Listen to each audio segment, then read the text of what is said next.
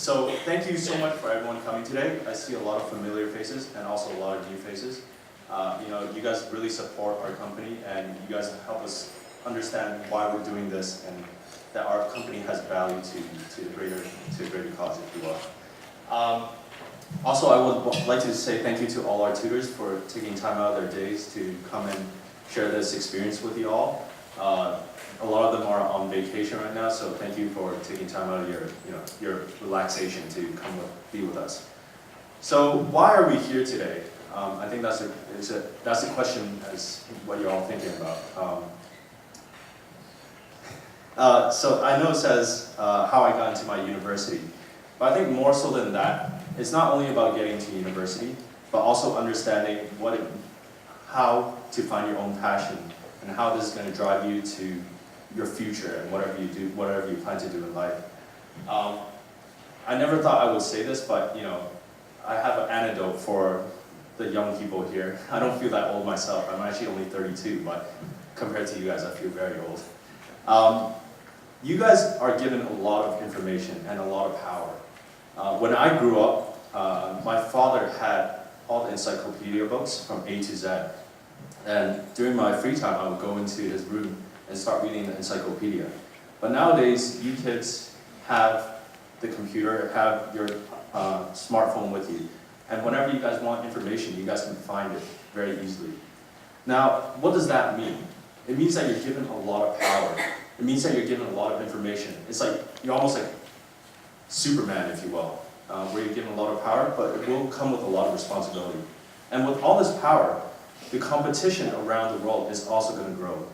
A lot of kids make the mistake of thinking that I'm competing with my schoolmate from HKS, GSIS, or CIS, or CDNIS, or wherever.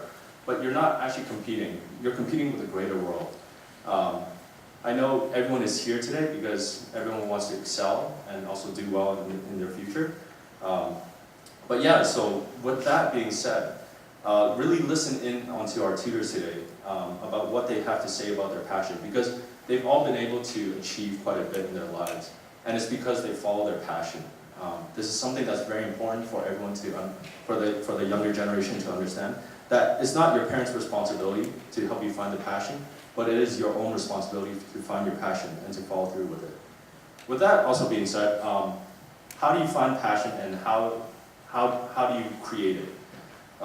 So before MAST education, I was working at JP Morgan, and I had a lot of different bosses, some really good bosses and not so great bosses.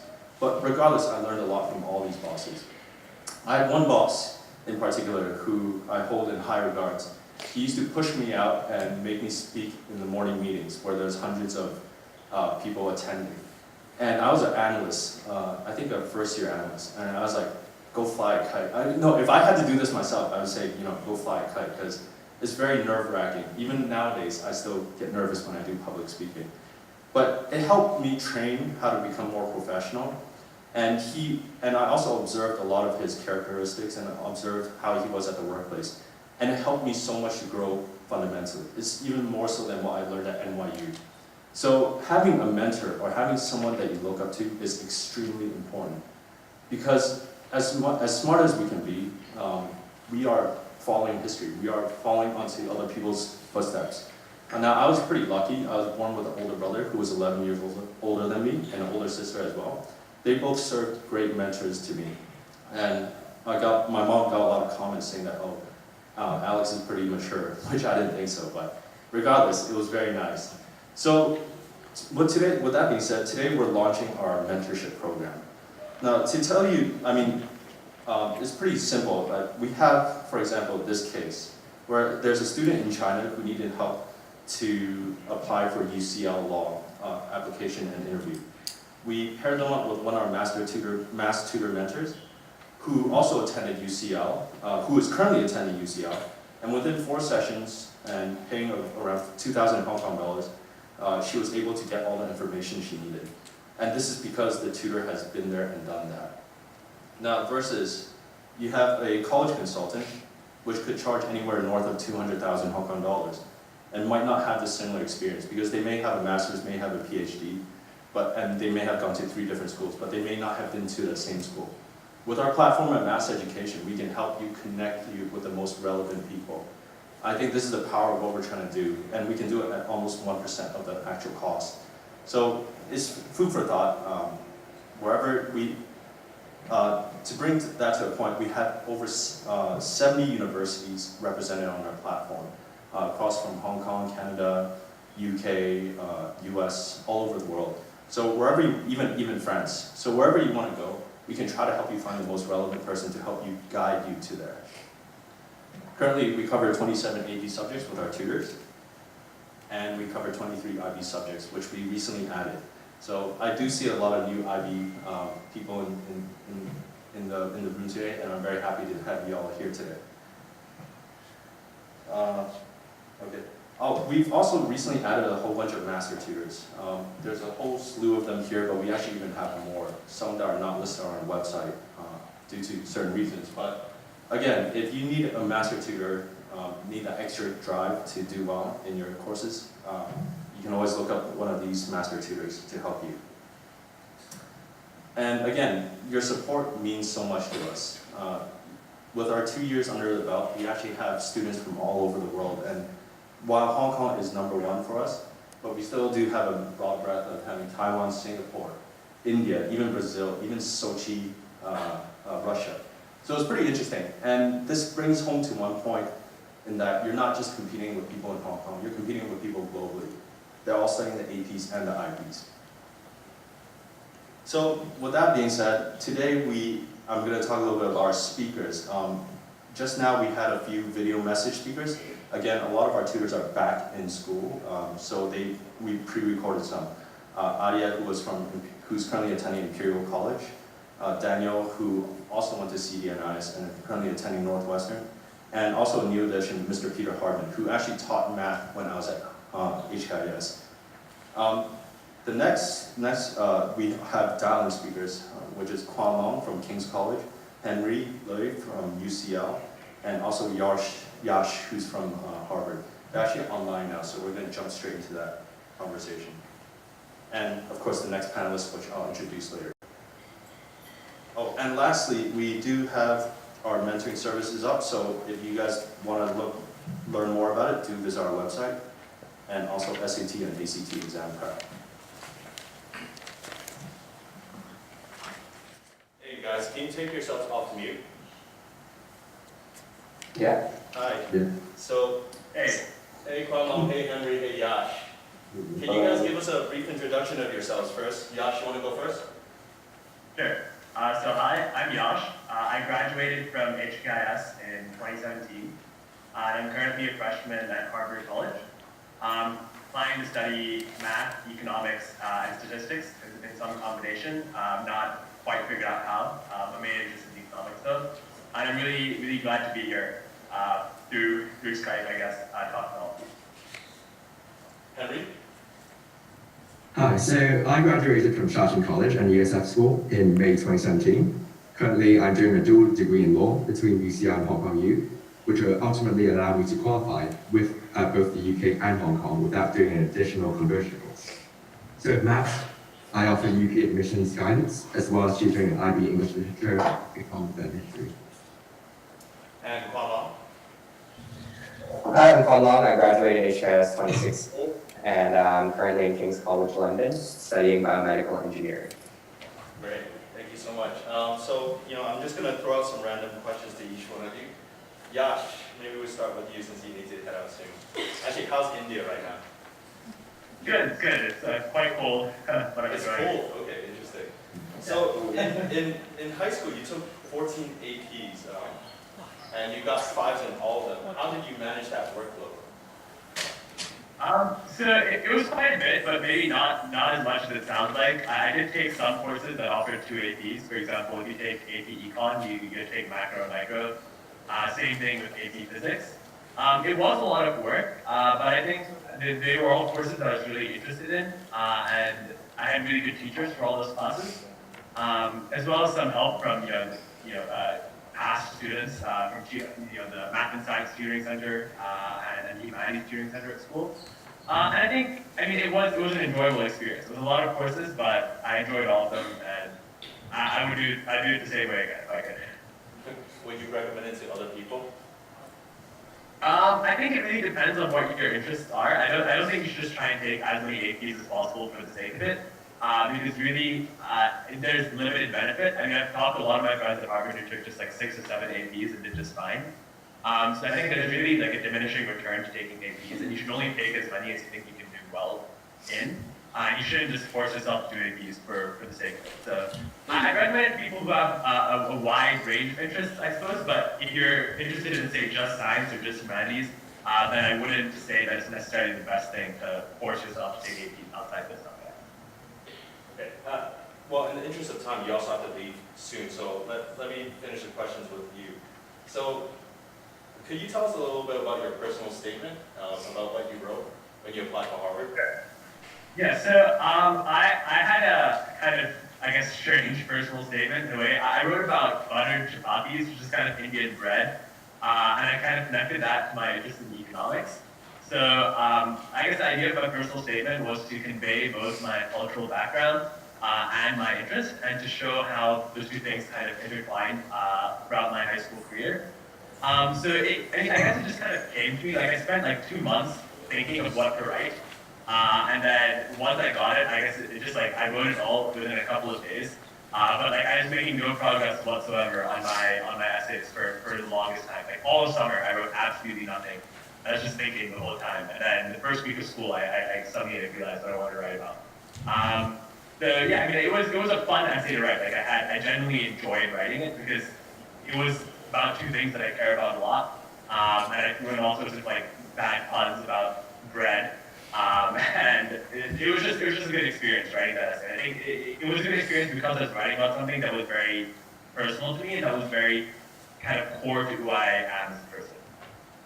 Great. And can you also talk a little bit about your extracurricular activities outside of school and also things you did inside school, other than academics?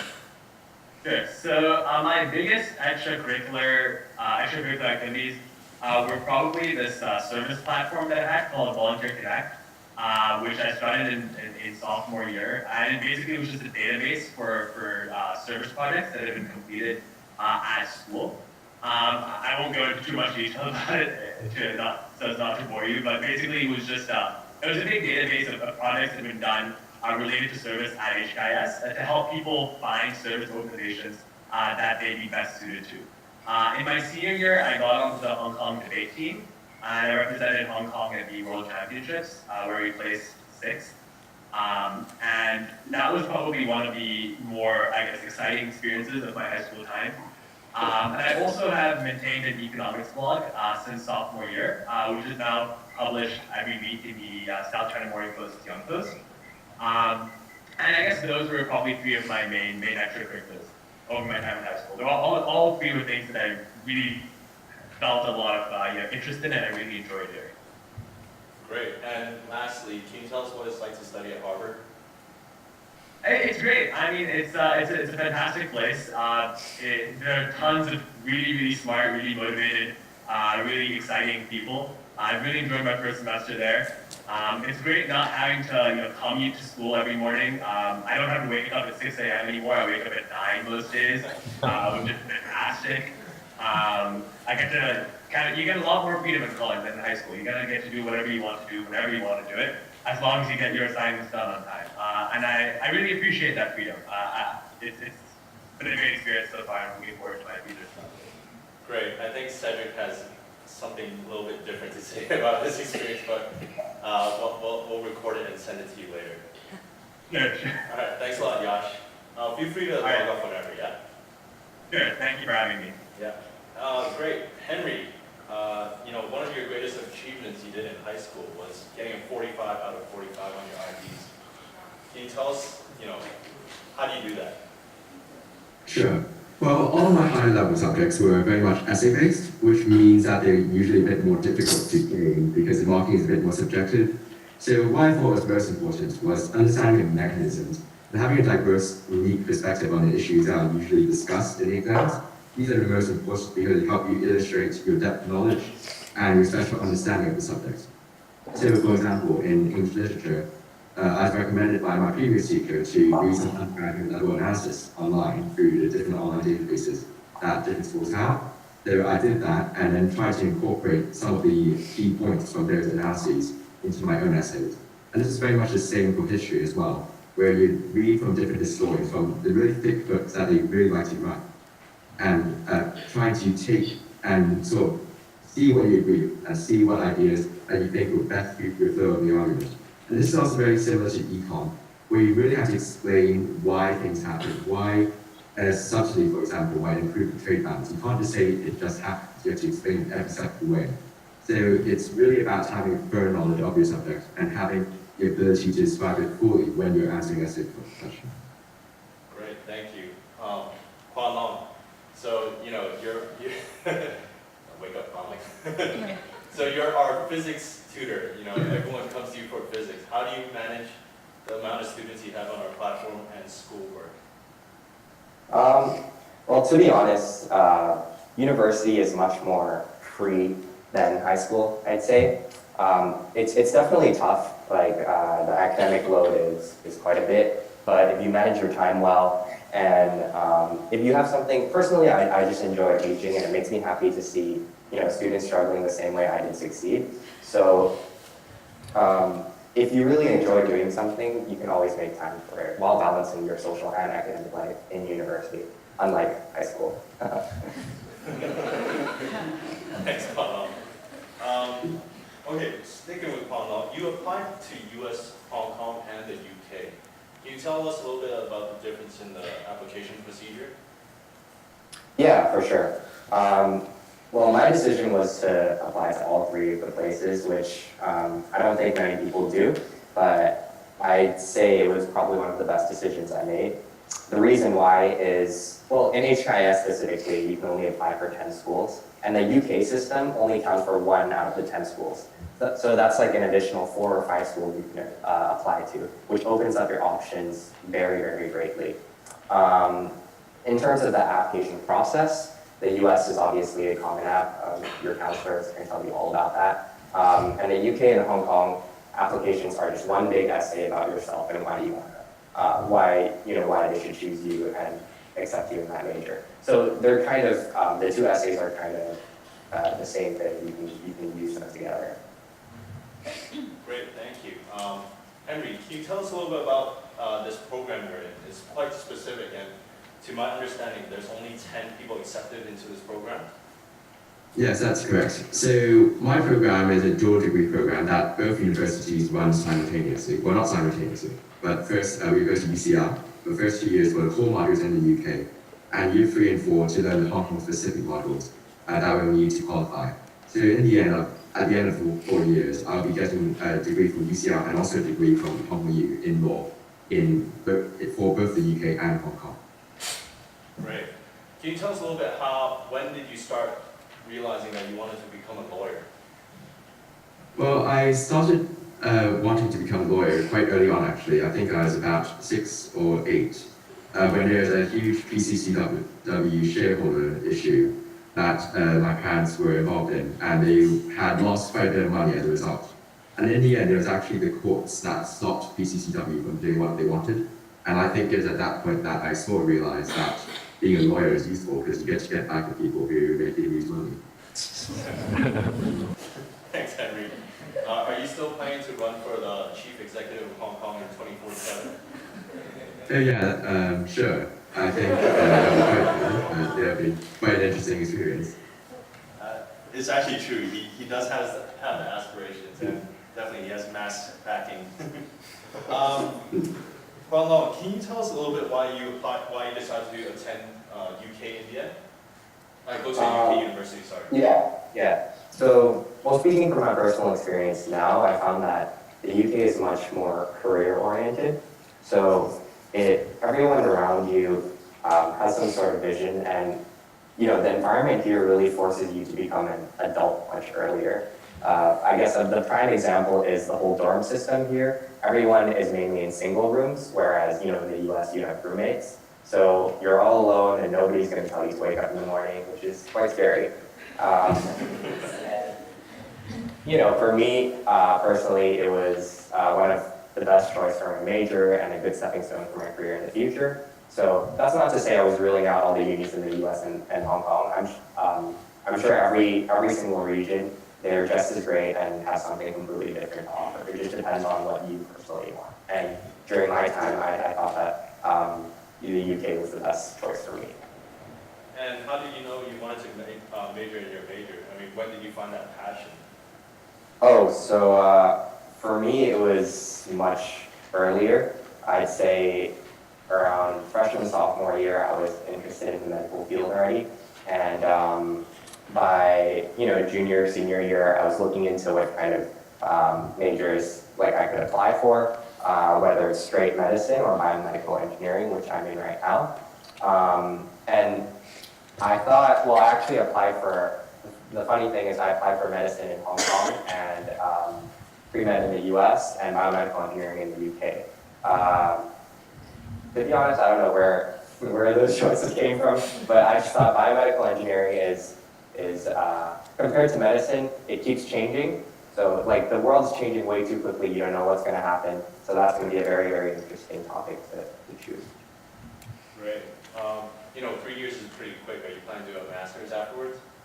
Yeah, exactly. And the reason for biomedical engineering, another reason for that is, whereas medicine is 5 to 6 years in UK and Hong Kong, and 10 years plus in the US, biomedical engineering is only 3 years in the UK, and right after that I could, decide, oh, I want to continue my medical degree and get a master's in medicine, or decide to pursue something else. So. Great. Question for both of you. Did you guys have any teachers that helped foster your passion and help you guys to guide where you should go to school or what you should major in? Henry, you could go first. Okay. Well, at Shatin, funny thing is that the support that we get is quite a bit more limited. For example, we only get 6 schools and UCAS counts for every one of them. So your 5 schools in UCAS counts for 5 spots on your quota. So in Shatin, it's quite a bit more difficult, university application-wise, to get support. But the teachers were very helpful, especially in history, in guiding our reading. And I think that's very much important for our final exam performance. Great. Quan Long? No. It was pretty much like, so HKIS, it's a very good school. The teachers are there. The teachers there are very helpful. The counselors are too. But nobody's going to make the decision for you. I'm sure other people have different experiences with, a very nice teacher helping them find their inspiration, etc. But it was mainly like my drive to do what I did mainly came from myself and other experiences. Good answer. So now that you're planning to do your master's, you're planning to do an internship during the summer, right? Quan Long? Me? Yeah. Yes. So now you have to kind of cozy up with the teachers, right? Right. Yeah. So I'm planning to do some sort of internship with the PhD researchers in my school, and so all my lecturers are the PhD researchers. So I have to, buy them a cupcake here and there. And it's important, right? Yeah, I mean, it's important throughout, whether you're at university or high school, you should stay in good terms with your teachers. Something that I regret a lot is not being on better terms with my teachers in high school. Looking back now, I wish I went to class a bit earlier, had a few more conversations with them, et cetera, et cetera. Thanks, Quan Long. I don't think they're too disappointed with you. All right, guys. Thank you so much for attending this. Have a great day. We're going to continue offline now. Yeah, thank you. Okay, great. Can I get the first group? Hey, guys. Thank you so much for coming today. Really appreciate it. Can I get you all to briefly introduce yourselves first? Oh, right. There's the mic. I guess I'll start first. My name is Herbert, and considering the list of panelists here, I think I'm the oldest. Most of you guys are in college, but I actually graduated from college last year, May 2017, from Penn, after transferring from Northwestern University after my freshman year. And before that, I graduated from HKIS in 2013 after spending 13 and a half years in HKIS. I was there since R1, so I'm quite familiar with the entire process of HKIS, as much as it is qualified back in 2013. And then now I'm back in Hong Kong working full-time. And I guess now I'm eligible to say that while working hard is very important, there's nothing that beats college and high school life. So what are you doing now? I'm working in investment banking at UBS. And, it's a completely different experience from school. Hi, my name is Charlotte. I am a sophomore currently at Dartmouth College, and I also graduated from HKIS, though I graduated in the year 2016. Right now I'm actually on an off term in Hong Kong, so I will be here, and I have been here since December, and I will be here till March as a tech management intern at a hedge fund. One of the great things about Dartmouth is they let you take an off term whenever you like, as long as it benefits you in terms of internships or studying abroad or whatever you want to do with your career, and that's something that has made me really excited about being here today, to be able to come speak with you guys. Thank you, Charlotte. Jonathan? Oh, yeah, sure. I'm studying a economics modified with computer science and a psychology double major. I'm studying, studied philosophy, politics, economics, PP. Hi, so I'm Jonathan. I'm right now in my first year of Masters at Oxford University, and I'm majoring in East Asia. And so I graduated from undergrad actually in 2017, just this past summer. And for 3 years I was a philosophy, politics, and economics major.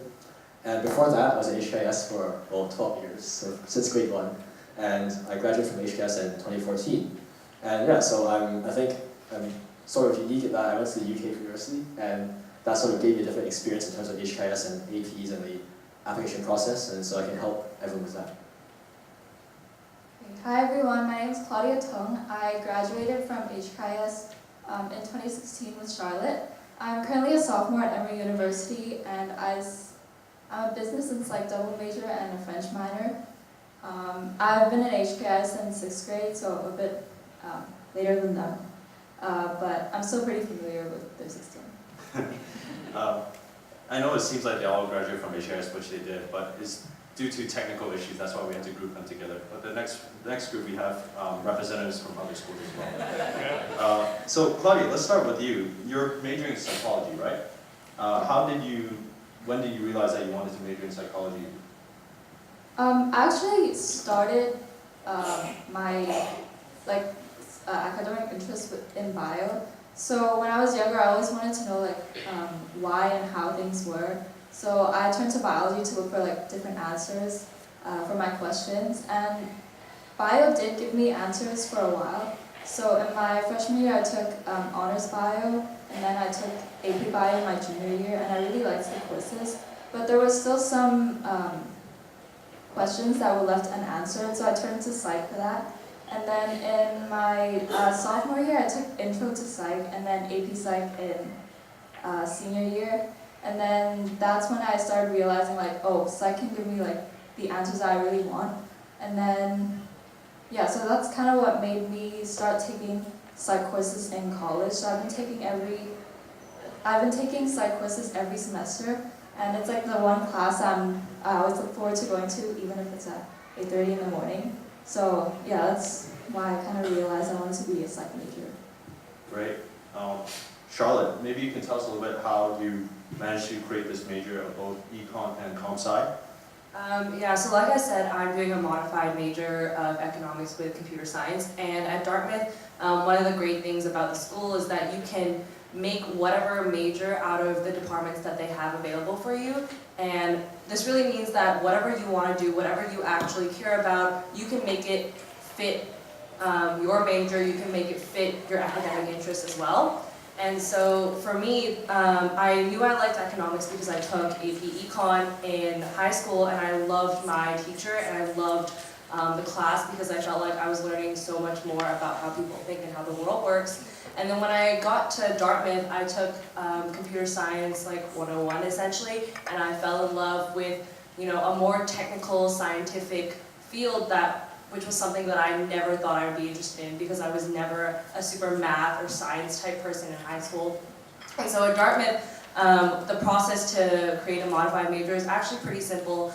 You basically go to the two departments that you want to take your major from. So for me, specifically economics and computer science, and you get approval from the head of the department, which as long as you write an essay essentially about why you want to pursue these two modifications, especially with a focus on how you want to apply it to your career, they are normally pretty understanding, and there's pretty much no subject that you can't modify. One of my favorite modified majors is the math modified with theater, which is what one of my friends is graduating with in the spring.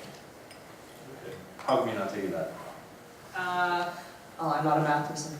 Okay, fair enough. Fair enough. Yeah. No, I didn't. Yeah. How did you suddenly college to take it? Because usually you would have had some experience Right. in high school, but you didn't. Yeah, well, in terms of computer science, at Dartmouth, the 101 course for computer science is actually the most popular course for freshmen to take. And I wanted a very diverse first term at Dartmouth, so I took a women's and gender studies class, my computer science class, and I believe a psych class. So I really wanted to get the full range of what was offered at Dartmouth. And I love the class, I did really well in it, and you know, it's not for everybody, definitely, but I think if you are interested in it, you don't have to get started in high school with something that you might not know if you're interested in until later down the road, which is great. Actually, quick question. Is the learning curve really steep since people probably had maybe a year of exposure prior to you? I think the learning curve is a little steep, especially if I think it's something that a lot of people either get or they don't in terms of if you want to go into really, really high levels of computer science. But I think the lower levels are definitely concepts that everybody should think about whether or not they want to take a class in it, because even if it's not your thing, it forces your mind to work in ways that you probably never have thought about, you know, how these two pieces fit together in a very specific kind of way that even other fields in the tech or science or math industries don't necessarily force your mind to do, which is great. Thank you, Charlotte. This question is for both Jonathan and Herbert. You guys both took PP&E, one in the UK and one in the US. So maybe you guys can talk a little bit about your experience and what it is, because I don't think a lot of people know what it is, actually. Right, so in Oxford, PPE is the biggest subject, and what happens is they actually teach it together, so it's not a triple major as it sounds like, it's actually just one major in PP&E. And what happens is in the first year, you sort of take courses in all three as an introduction to logic, to philosophy, politics and economics. And then second year, you get to specialize in two of those, and so I chose politics and philosophy, and you take 8 modules in specific subjects related to those two broader subjects. And that's sort of how it is. And in Oxford, they teach it quite separately. And so there aren't many programs that combine elements of PP&E. It's more in each branch, and you're left to make the connections on your own.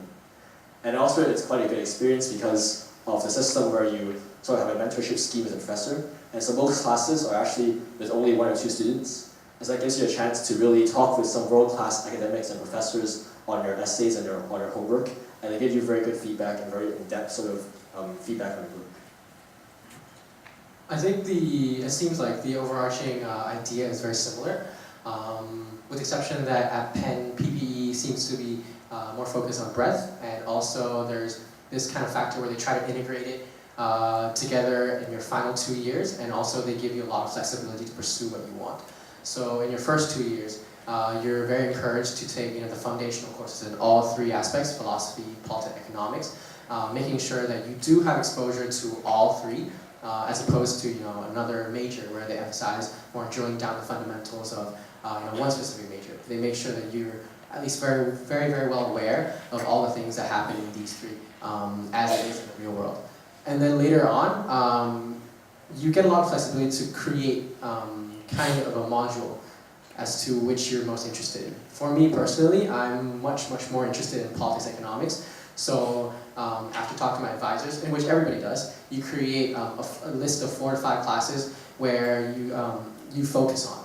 And for me, it was mostly on international politics and how that integrates with the economic side of things, business, finance, and all of that. And so you get to really pursue exactly what you want to learn, and they really try to bring it all together at the very end. So I think it's a really good major, just because you get to see both the quantitative and the qualitative sides, while also giving you adequate flexibility to pursue what you're interested in, which is always a really good driver to not only performing well, but more importantly, really enjoying what you do.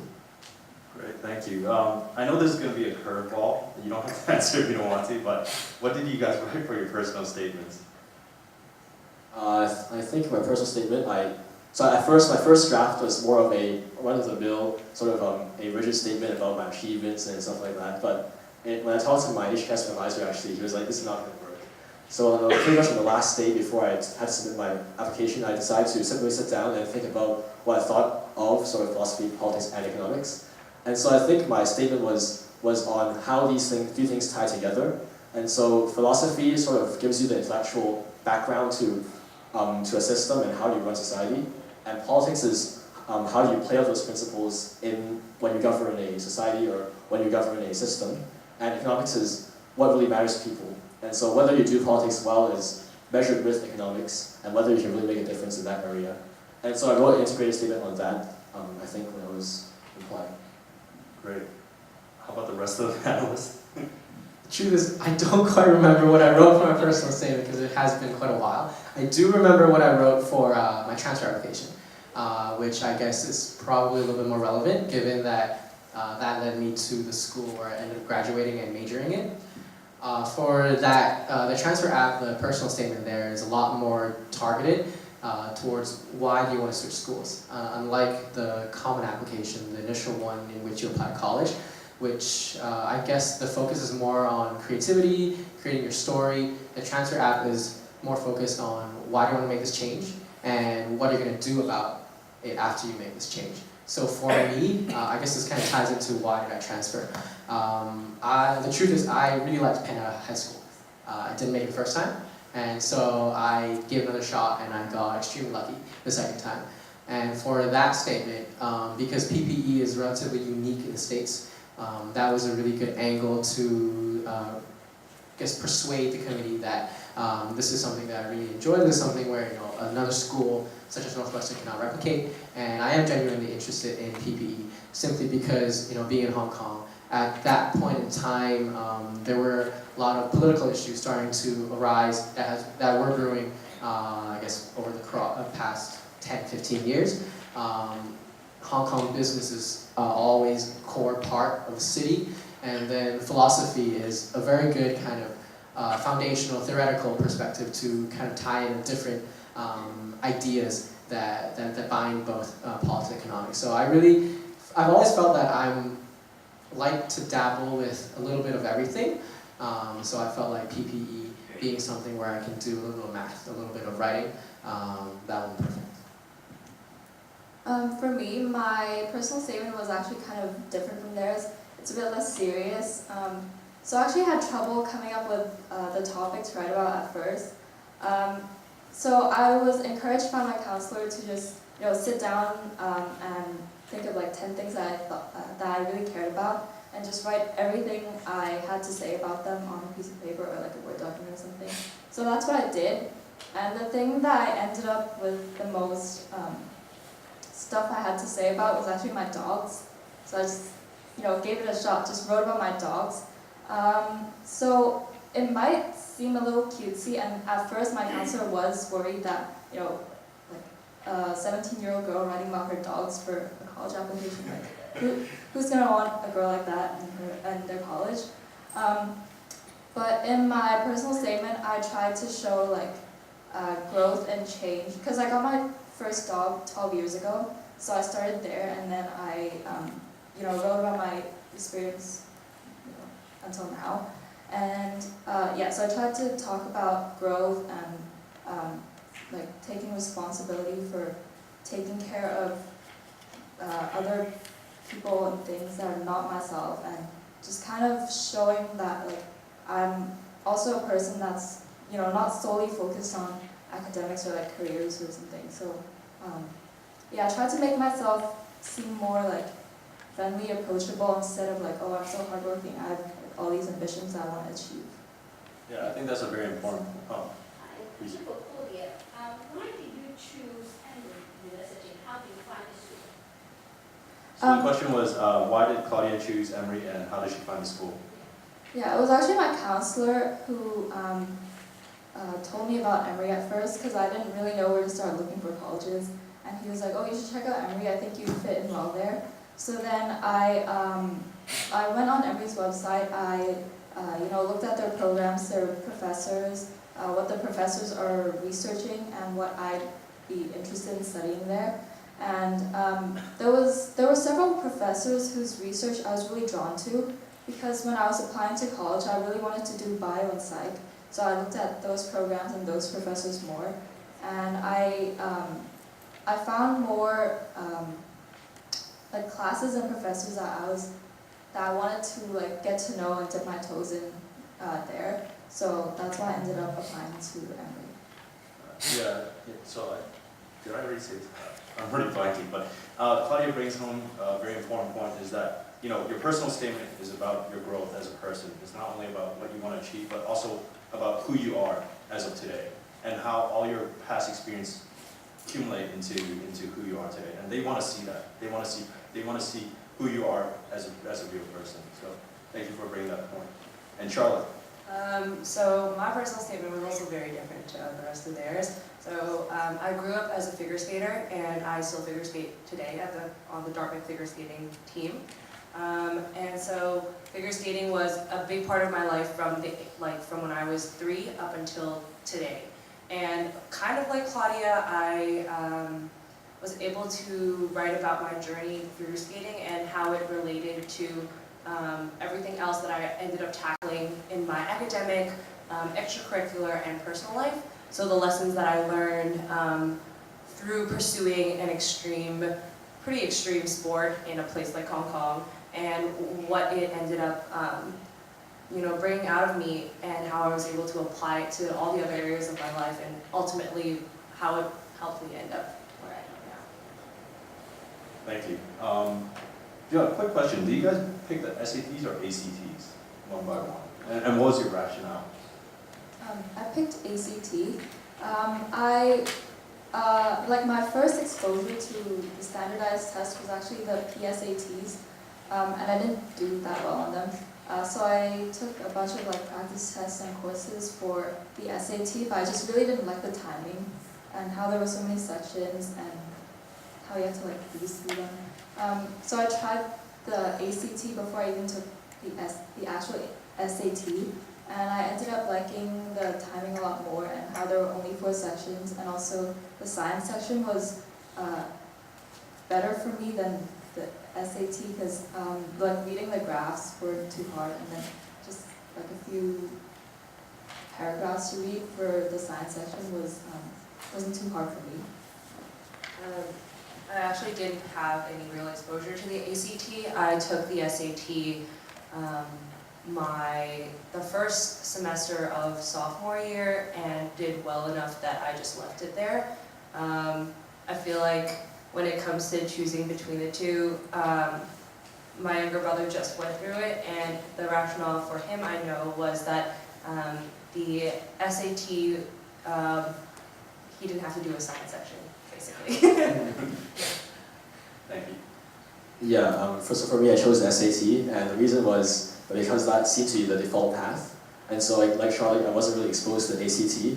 I didn't really hear about it until after I took the SAT. And when I took the SAT, my score was well enough that I knew I could continue to do that. But I do have some friends who did take the ACT, and the reason was because there is a science section, and they wanted to be tested on a bigger breadth of topics, and that was better for them. And so I think it really depends on individual, sort of what you like and what you're interested in. I also took the SAT.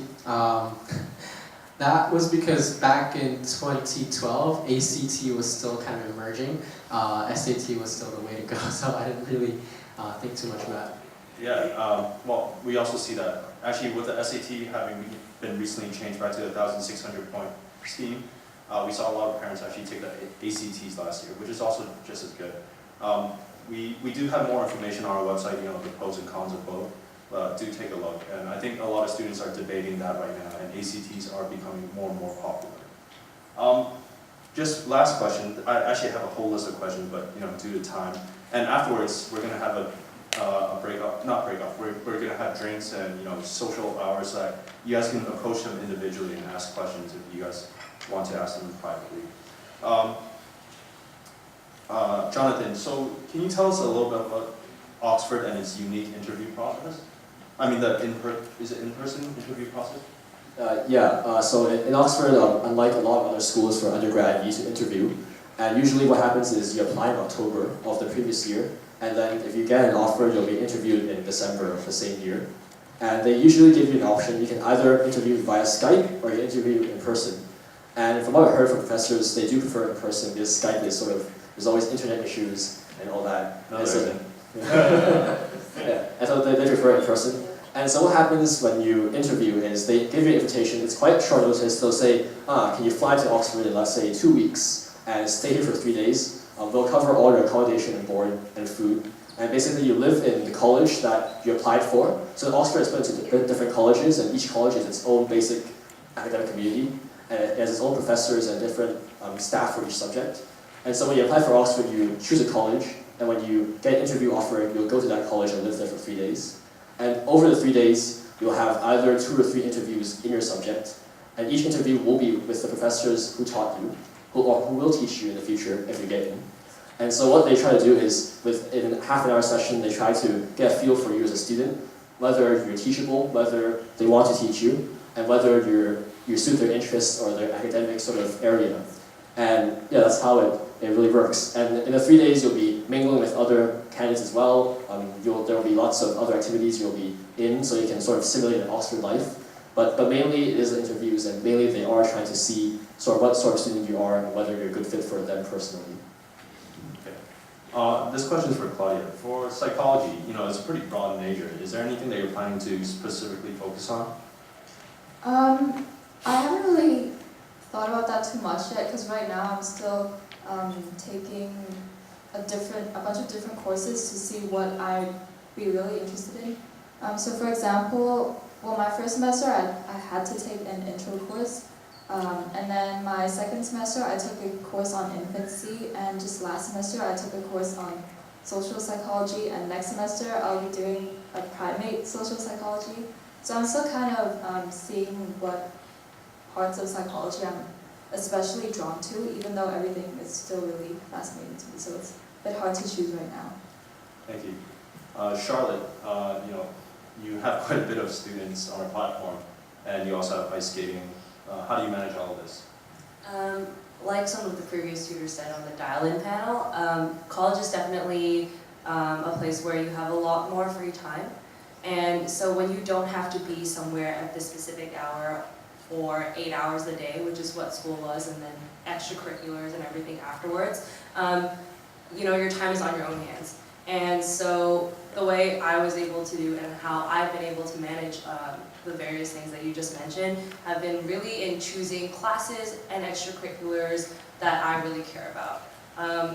When you choose a class and when you choose an activity that you actually want to spend your time doing, it still is stressful and there still is work. Like, I'm not trying to minimize that at all. College, there's work to do, and there's a lot of work to do sometimes. But if you're doing stuff that you genuinely care about and you're genuinely passionate about, the work seems a lot less daunting, and you're able to time manage because you actually want to do the stuff that to somebody else, which is like reading a book or like doing a problem set, might be, you know, one of the most difficult or one of the most boring things they have to tackle. But for you, it's intellectually stimulating, it's fun, you get to spend time with people in your same course, in your same interests, and on top of that, like for me, I really care about, you know, teaching other people and like passing down the knowledge that I have, because I mean, we're all gonna be gone someday, I guess. And you know, who else am I gonna teach the stuff that I've learned to? And so this combination of just doing things I genuinely care about and wanting to really, you know, pass down what I've learned and interact with the younger generation is the way that I've been able to manage, I guess, doing what I want to do at Dartmouth. Thank you. So it really does take a passion to also be a teacher as well, right? Herbert, what are you doing after this?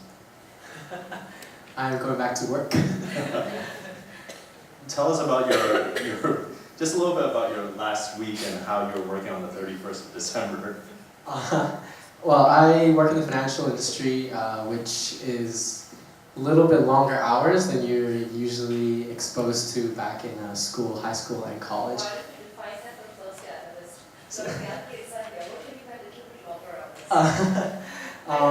The question is, what does it mean by a little bit longer hours?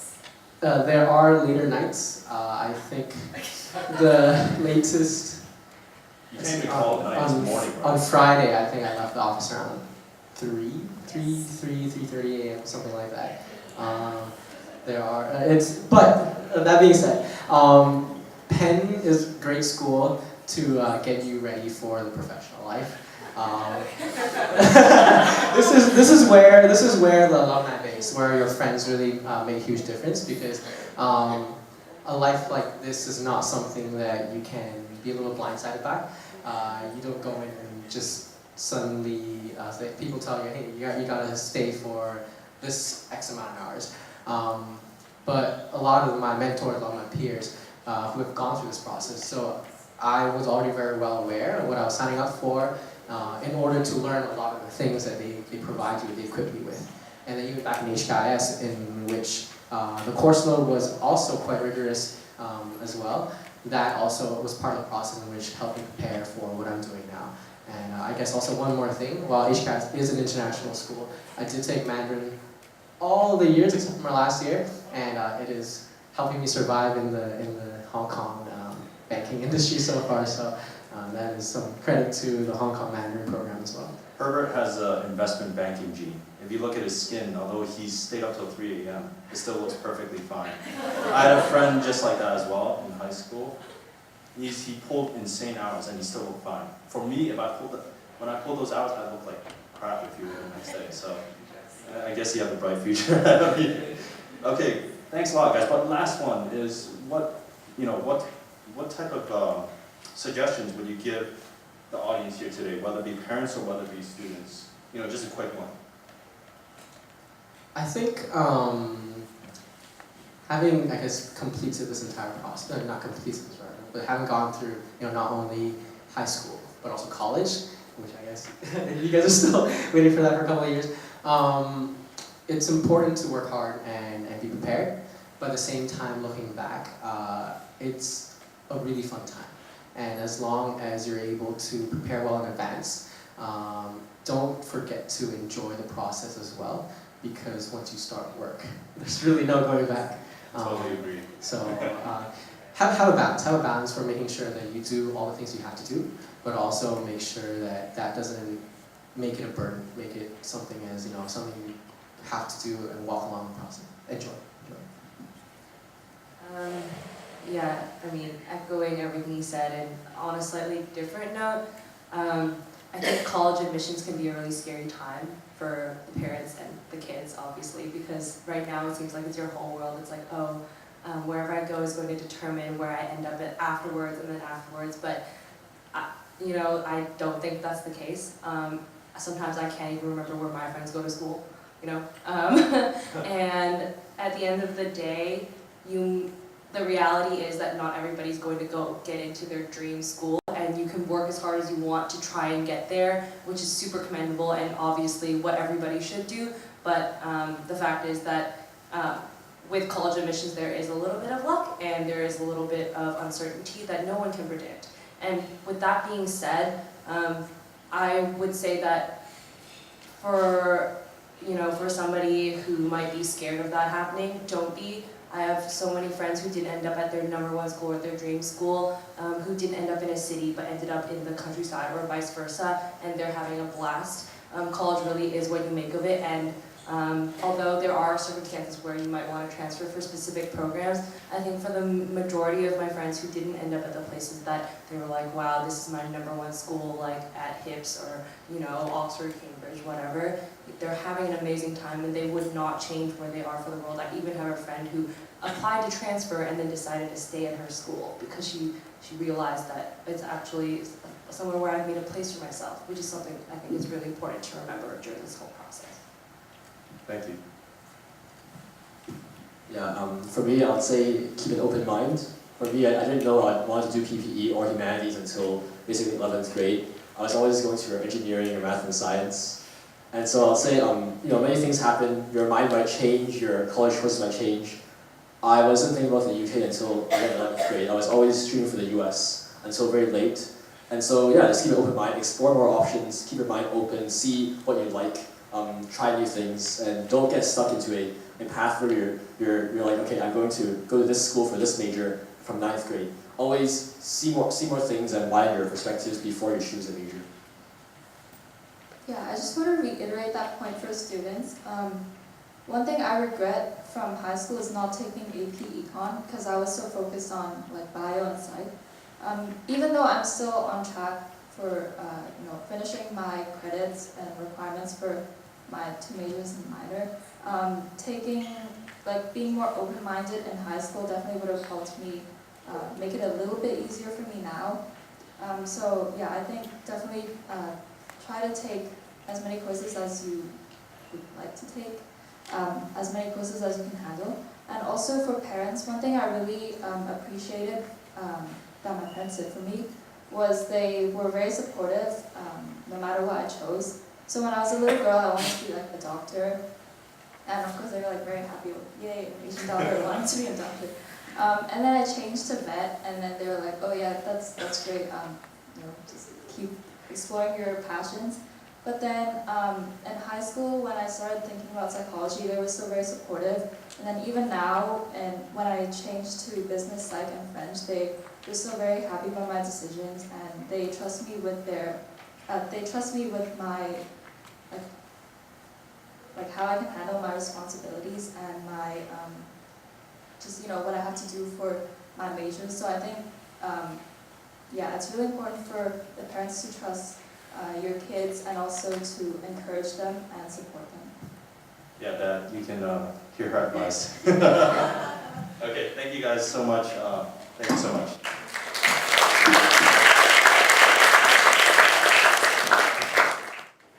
Great, thank you so much for coming here today. We really appreciate it. Guys, everyone, can you give me a brief introduction of yourselves? Hi, my name is Elizabeth. I graduated from HKIS in 2016. I am currently a sophomore at Chui University, which is a small liberal arts school in New York, and I am majoring in educational studies with a minor in Asian studies and possibly English. Hi, I'm Chui, and I studied at German Swiss International School and graduated last year in 2017. I'm currently a freshman in Brown University. I applied undecided, but I'm thinking about concentrating in computational biology. Hi, I'm Cedric. I graduated from Shelton College in 2017. I'm currently a freshman at Harvard University, and I intend to concentrate in economics or applied math and economics. Hi, I'm Hugh. I grew up in Chicago and I moved to Hong Kong when I was 12.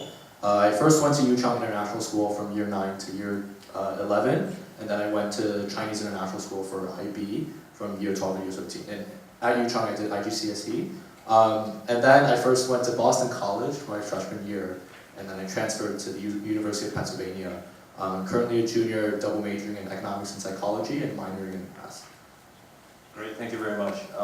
Can you guys tell me a little bit about how the courses from your high school help you select your majors? Or was there any influence, or was it totally the opposite? I can go first. So the courses I took in high school were actually quite different from what I ended up studying in college.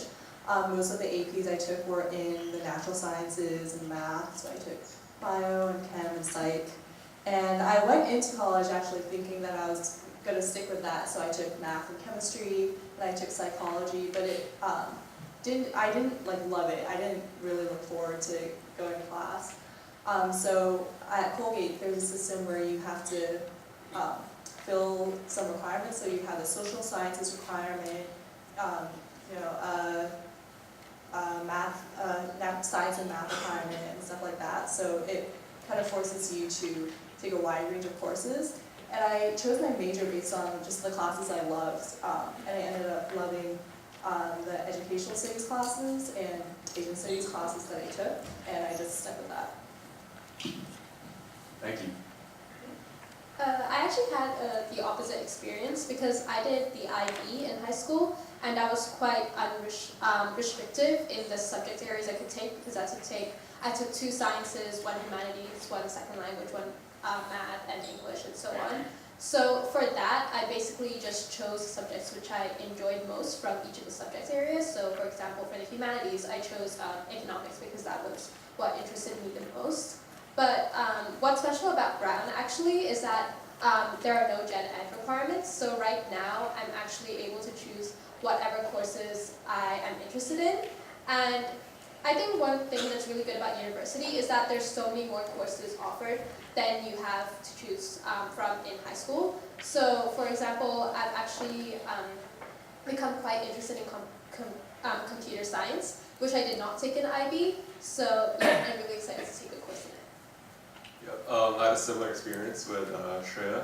I also did the IB, and so like I did a bit of everything, but the 2 classes I really enjoyed were math and economics, and also geography, I guess. And they were all my higher level classes. And so it sort of made sense to me to go on to Harvard to study similar subjects, especially since they're also pretty good within these subject areas. That being said, I also chose to go down this path in college because of my extracurriculars. I did a lot of MUN, I did a lot of debating. I'm really interested in like current affairs and like how the world works. And it's really great to see how the theory we learned in class reflected in the real world and what we see around us. So that is also why I decided to pick this major. So I had kind of a different experience. In IGCSE, I realized that like economics was my favorite subject, and I took economics all throughout high school, and I've been really fortunate to have economics so early on. And so I've always liked economics. And I did economics, physics, and math higher level in IB, and also chemistry, Chinese, and English standard level. And I went to college thinking I would be an economics and physics double major because they were my 2 favorite subjects. But I quickly learned, well not quickly, but sophomore spring, I was taking a 200 level physics course, and it was just so down in the weeds with all the calculations, using like imaginary numbers, like eigenvectors, eigenvalues, partial derivatives, and the Schrodinger equation, never look at it, like it looks ugly. So that made me totally switch from physics to psychology. So now I'm economics and psychology. And I think something that I didn't really realize in high school was that high school classes are really conceptual. They ask you in physics, like when you like turn in a car, like why do you feel like you're being thrown outwards? Explain this in words, right? Or in economics, they ask you to read a recent article and then analyze it and debate the advantages and disadvantages. But in college, it's pretty different. The courses are a lot more quantitative, a lot more deep down in the weeds, a lot more calculations, a lot more math. Like econ, it's a lot of like calculus. So I think even though you like some subjects in high school, your interests can change, and maybe you like some subjects in high school for reasons that are different than what you like in college. And your interests can change, and that's totally fine. And I think especially in the US, there's a lot of flexibility. And you can still continue liking science and physics and not majoring in it because maybe the course at that university is too quantitative, or it's focusing on areas that you might not be the most interested in. And it's totally fine to switch. Great, thank you. The next question, sorry, there's also a curveball, but what do you guys write for your personal statements? You don't have to answer if you don't want to. Anyone can start first.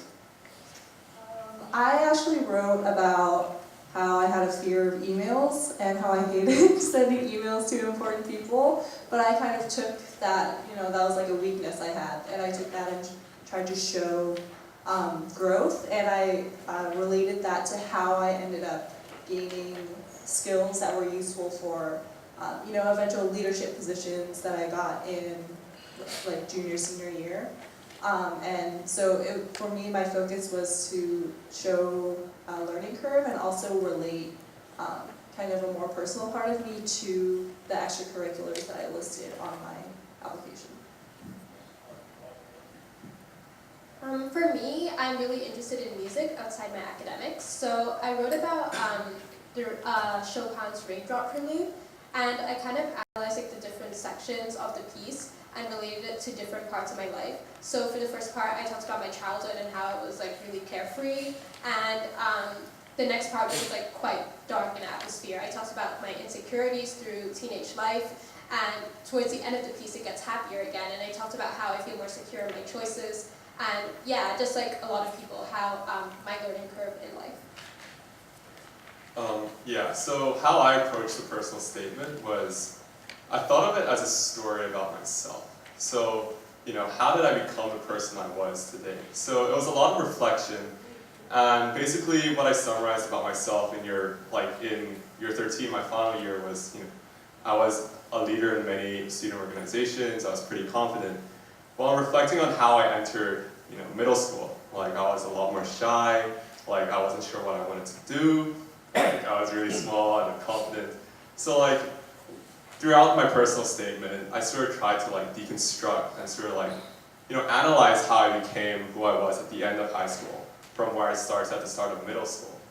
And what I sort of came to was the fact that I had a group of very nice mentors throughout our school. So our school, Shelton College, has a very nice student leader system where each year a group of year 12 students takes on some kids from lower years, and they help them organize activities, they run competitions and stuff like that. And I talked about how through this system I was able to become more confident and more secure about myself, and how that molded me into someone who wanted to give back in a similar system. And I guess this is why MAST sort of resonates with me, because it's all about this community of older kids who have done things, who have more experience, helping younger kids who need this sort of help. And yeah, that was my personal statement. Thanks, Cedric.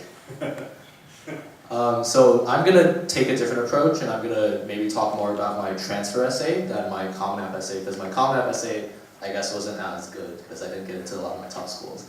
But so for my transfer essay, again, as you heard before, it's a lot more specific. It asks you why you're transferring and how this can help you reach your future goals.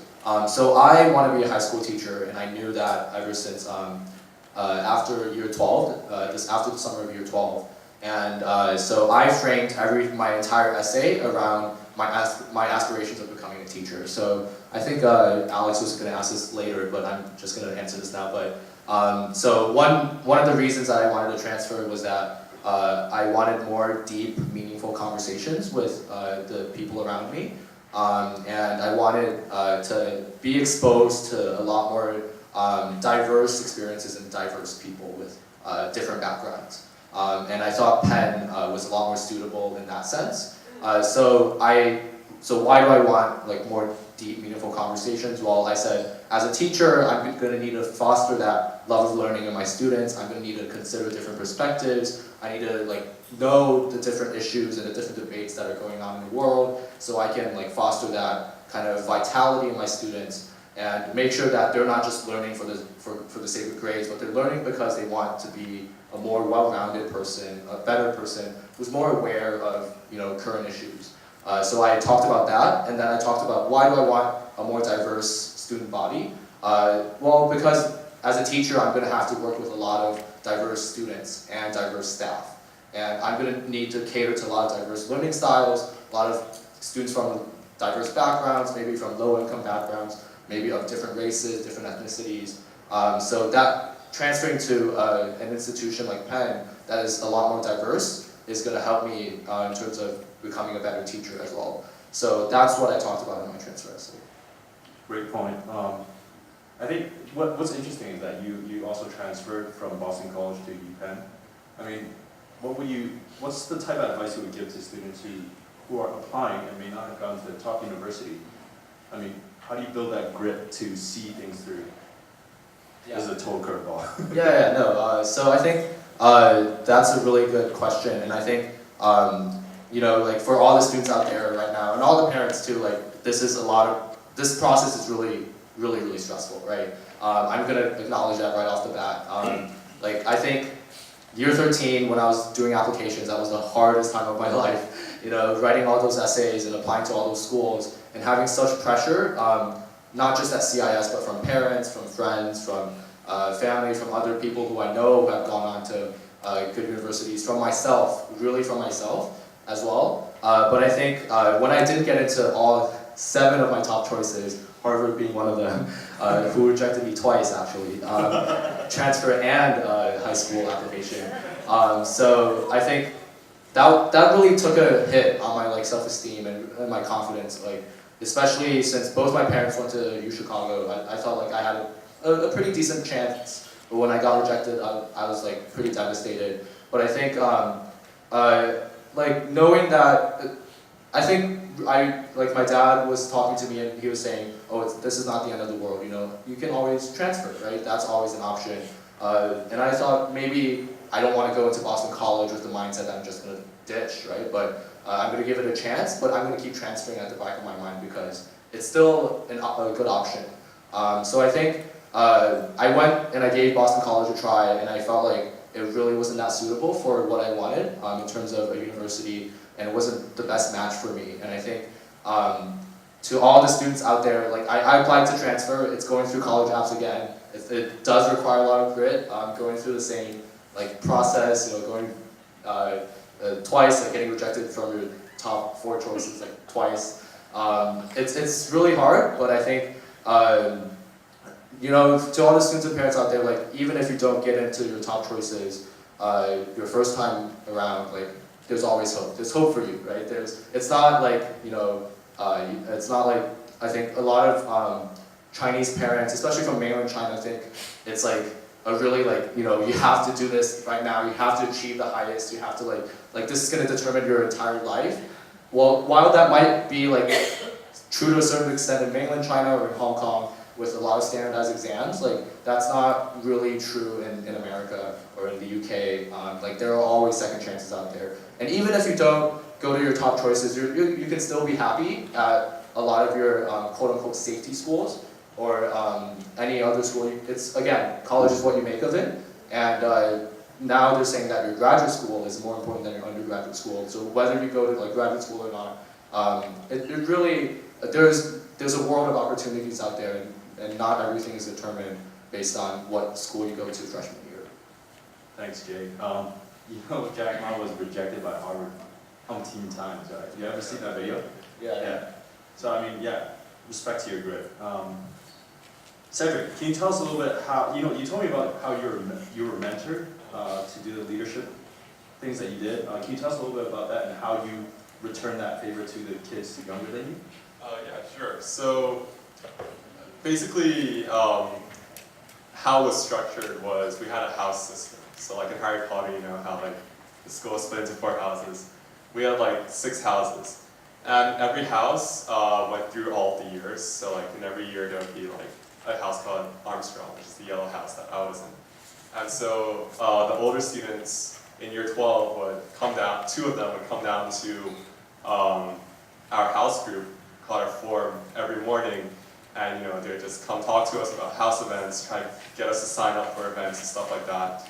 And initially I didn't feel I was really small, I was really shy. Everyone around me was older than me. I wasn't sure if I could make an actual contribution to this bigger entity, which was the house, right? But then I remember the house captain, head of house.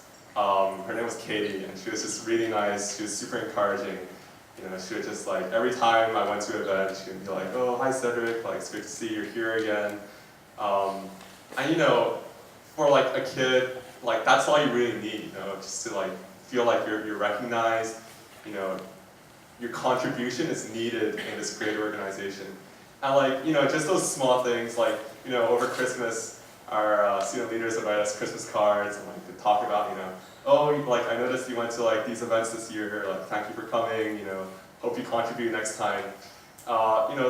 These small acknowledgments of what we did were really like encouraging, and they really helped build my confidence into believing that I could, do something, and like my contribution was not just needed but valuable, And so like when I got to year 12, when I became a student leader, I tried to recreate that for my own form as well. So I would always go around and have chats with the kids in my forum about like how their life is going, whether or not they're having fun at school, whether or not they want to join in on house events. And my partner and I would also like bring in candy during like Easter, Christmas, stuff like that. Write them Christmas cards, which is really nice. And you get to see them change really, and like how they feel like more happier, more welcome in those like house events. And like even though we may not always win everything in like competitions between houses, like it's just good to see that like they're just happy being there, being part of this great organization. And like that's what I try to do. So like I don't try to force anyone to do anything. It's just about letting them feel like they have space in which they can be the best they can be. And like whatever they try to do, we sort of encourage that. And I try to like bring that everywhere we go. I think you're speaking to me directly. I feel very bad. Thank you for teaching me this. No, I'm serious. It's very. Thank you for sharing that. Shreya, why did you pick Brown? I mean, it's a very competitive school to get in, and what is it like studying there? So I picked Brown mainly because I wasn't really sure what I wanted to do, so I wanted to go to a university which had a really good undergraduate system because I wanted to be able to explore as many different departments and subjects as possible. So as I mentioned earlier, Brown has something called an open curriculum, which is really unique to the school, in which there are no general education requirements. So for most universities, you have to take things like 2 sciences, 2 humanities, and they'll be different for every uni. But Brown has none of those, except for the fact that you have to take 2 writing courses, and those 2 can be in different departments. For example, I did a writing course in psychology this past semester. Another good thing about Brown is that you can choose which classes you take, pass or fail. So I think it's really good for students who just want to explore courses which they aren't sure they'll excel in, so they won't feel the pressure to get A's, for example, in a particular course. So the same psychology course, I took pass-fail. So throughout the year, I really enjoyed writing all my papers and taking my exams because I was focusing more on enjoying the content and learning about concepts rather than trying to fit the mold to get an A in the course. Also Brown, even though it is an Ivy League and very competitive to get in, the atmosphere isn't that competitive, which is a really good contrast to my high school in Hong Kong.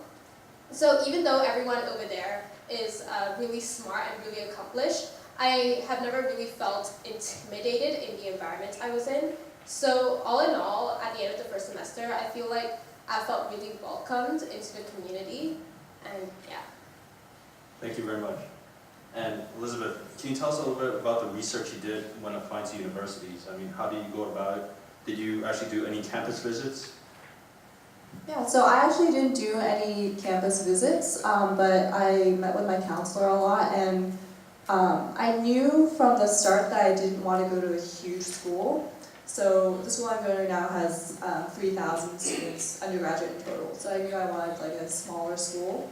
But I wasn't sure, I didn't know a lot about the different colleges in the US, so what my counselor did was, because he knew me pretty well, I went to talk to him a lot throughout the years. He would give me a list of, 8 or 10 colleges, and then I would go home and see, look at their websites, look at the departments, what kind of research students were doing, and I'd be like, oh, I like these ones, but not these ones. And then that's how we kind of narrowed down my list. And I think the main things I was looking for was, one, to see that there was a lot of focus on undergraduates, and that students got lots of opportunities to pursue research with professors and on their own, and a lot of involvement in extracurriculars, and also strength of campus resources like the Career Counseling Center. Right, okay. So I guess you picked a small school because you wanted more involvement, right? Yeah, that's right. Okay, I could have definitely used a small school as well, and NYU is a very, very big school. Okay, now that we have a panel of different schools, I mean, can you tell us a little bit what it was like growing up in your high school? I know some of you have touched upon it, but I mean, I just want to get an idea of what the differences are like. Should we start with CIS? Well, I just wanted to say that I got rejected from Brown twice as well. And when she was talking about all the great things about Brown, I was like, I think I could have gone to Brown over Penn, but anyway.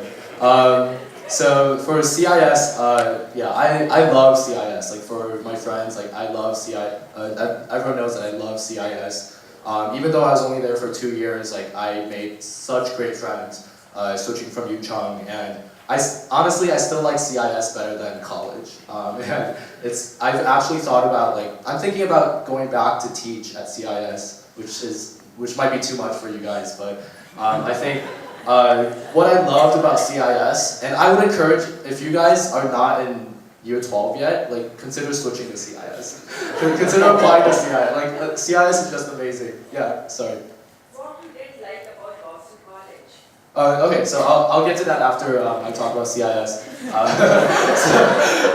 So what I loved about CIS was that even though I switched in year 12, I started talking to who would become my closest friend at CIS on the 3rd day of school, and everyone was so welcoming and so friendly. And we have a common room for just year 12s and year 13s. And if you wanted to talk to someone, you just took a few steps to talk to them, and everyone would just hang out in the common room. So it was so easy to get close to people at CIS, and people were just so welcoming, so driven. I can't say for other schools like HKS or GSIS, but I can say that CIS students are really hardworking, really driven, and just had the conversations that I had at CIS were really deep and really meaningful, and that really influenced my decision to transfer. So that kind of ties in to why I transferred from BC. And yeah, just after Emma Watson's speech on feminism, the common room would be a buzz with conversation about that. And honestly, yeah, and even though almost everyone at CIS is ethnically Chinese, everyone's had such diverse perspectives on issues like feminism, on issues like Occupy Central. And these conversations were occurred every single day.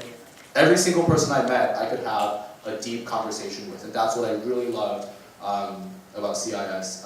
In terms of why I switched from BC, well, again, 2 main reasons. I wanted to have more deep, meaningful conversations, and I wanted to have experience more diversity. And I think Penn catered a lot more to that.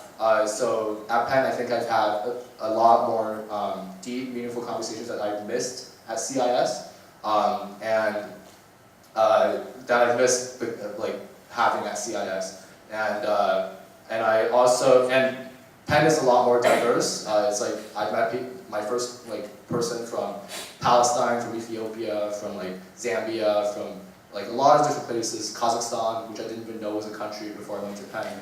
I thought it was part of Russia. So I think it's so important to have a diverse student body who can bring different perspectives to the table.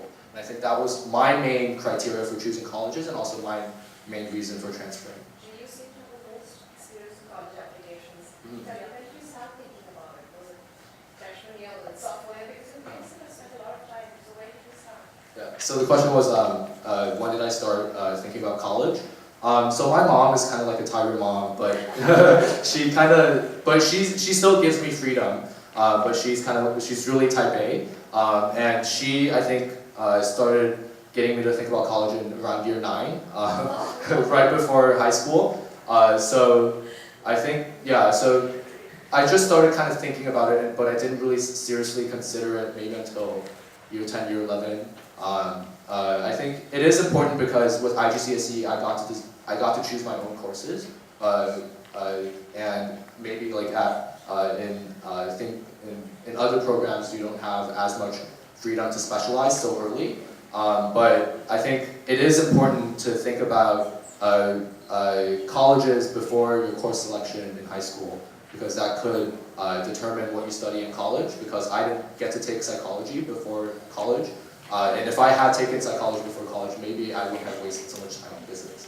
Not to say that physics is a bad major, but it's not something that I'm as interested in. My high school was sort of similar to CIS from what you were saying. It was very relaxed and it was a very chilled environment. It was a very UK facing school, so most kids, well, UK or Hong Kong, so most kids either go to the UK or they go to Hong Kong universities. So as a result, it's very academics oriented. So as a result, like, you could do a lot of extracurriculars if you wanted, but like, not like, if you didn't do it, it's fine. The general theme at Charlton College was academics were really emphasized, and like, not in a bad way. So like, I've heard about like some schools where like, you know, people compete very heavily about like, you know, who gets higher scores, or like everyone's just, it's really cutthroat. But at Charlton College, it's more of like a healthy sort of competitiveness. So because everyone else around you is like studying and paying attention in class, you feel like you should also, you know, pay attention and study in class. So in that sense, it was a very healthy culture in that everyone was sort of motivated and like doing well in, you know, in public exams, which is why we had 845s and IBs this year, which was the most in Hong Kong. But aside from that, it was a very chilled school. There are many opportunities if you're looking for them, but generally it was very relaxed. You never felt pressure to do anything. People were very nice. Everyone knew each other. It was a very small environment, and I really enjoyed it there. So I went to German Swiss International School, and all in all, I had a really good experience over there.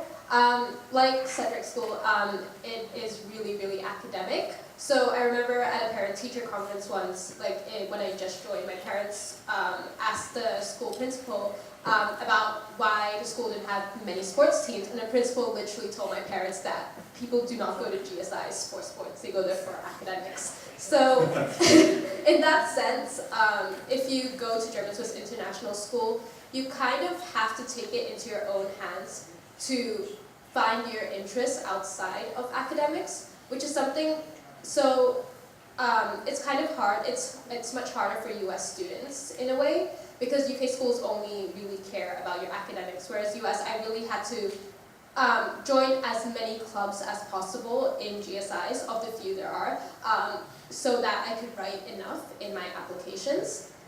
Also, GSIs is quite competitive, but as in Charlton College, it is a healthy competitiveness. So when I entered GSIs, I was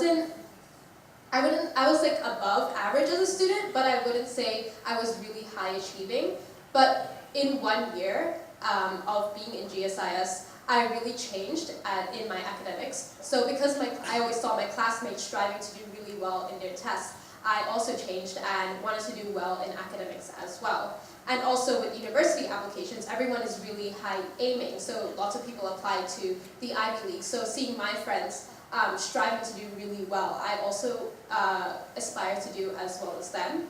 One thing as a non-Chinese in Hong Kong, I did have a problem, not a problem, but one thing that was kind of hard was that GSIs is not really as diverse as a lot of schools in Hong Kong, such as ESF schools. So that was something that kind of was a downside to it, but all in all, I had a really, really good high school experience.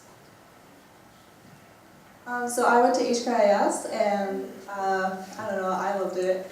I think one thing that was helpful for me was I got to become friends and get to know, quite a diverse crowd, so I didn't have as much of a culture shock. Even though, because I'm an American citizen, I didn't go to the international orientation. I wasn't initially a part of like the international office or the community.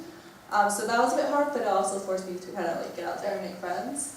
I'd say HIS is quite competitive, but I wasn't very tuned into that because it would just stress me out. And what I like about college, especially where I'm at, is everyone is just really competitive with themselves. Like, the goal is to get yourself to do better and, strengthen your weaknesses. Whereas I think in high school it's a bit different. I think students feel more that they have to compete with each other, especially when it comes to college applications. But I think that's a misconception, and I think it's unnecessarily stressful for students. And I think HKIS was good. It was more US facing in terms of there was an emphasis on extracurriculars, especially on service learning, which I think is helpful when you're trying to build your personality in your applications too. Because a lot of the extracurriculars I did were more service and community based and mentoring and tutoring. So I was able to show my growth through that. And I think sometimes students feel that they have to join clubs because, maybe it'll be easier for me to get a leadership position here. But things like that will happen naturally if you join clubs that you care about. No, fair enough. Yeah, the passion will come through, right? Yeah. Yeah. So, actually, I didn't know this. I also went to HKIS. I didn't know that other schools having extracurriculars wasn't that popular, or they didn't have that many clubs. So it's definitely something to take note of and to also think about. Perhaps can you guys talk about your extracurriculars?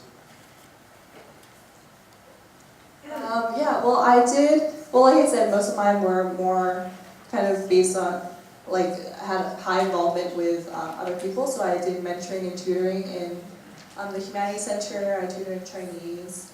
I did band for all 4 years, which took up a lot of my time, but I loved it. And I did some community-based ones, there's one called Young Life, and I can't remember the names, but community-based ones where it was based on mentoring. Thank you. I think a really good strategy for university applications is to show you have sustained interest in activities. So it's good to do clubs for all 4 years of high school to show the university that you're not just trying to get as many clubs in your for your Common App as possible. I was really interested in music, as I said earlier. So I was involved in GSI's Music Ambassadors, which is basically a club in which you organize music events at our school, and I was also the leader of an ECA extracurricular called Rock School, which was basically all the bands in our high school. I was also involved in the school band.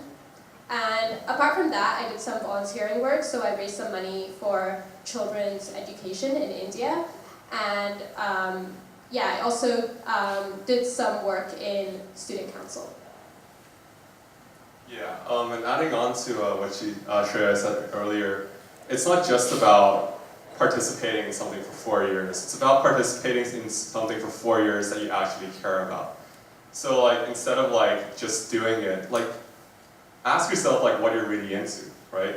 And once you pinpointed what you really like putting on that long-term commitment shouldn't be hard because it's something you're passionate about and you care about. And I think that's something far more important than how many extracurriculars you have or how long you've been in an extracurricular. What matters most is how much you care about that extracurricular and how much you're willing to put into it. So what I did was I came from a family background that was really discussion based. So my brother, my parents, they would always talk about politics and current affairs at home, and I always wanted to get into that. But at home I was the youngest by a long run, so I couldn't really contribute to discussion. So I wanted to take that to school. So that's why I joined the debating club when I was year 9, I think, and the emulating club when I was year 11. So they're both very discussion-based activities. And I was really passionate about this. I went to many competitions, and I gradually became the captain of both teams. And when I was in that position, I talked earlier about how I was really into the whole idea of mentoring and working with kids and helping them improve. So, I started running trainings for younger kids that we never had before, and I think that was very meaningful to me, and I felt was a really important part of my application because, I really enjoyed, watching the kids that I was training improve and seeing them, go out and do the stuff that I love to do. And so that was a very important part of my extracurricular life.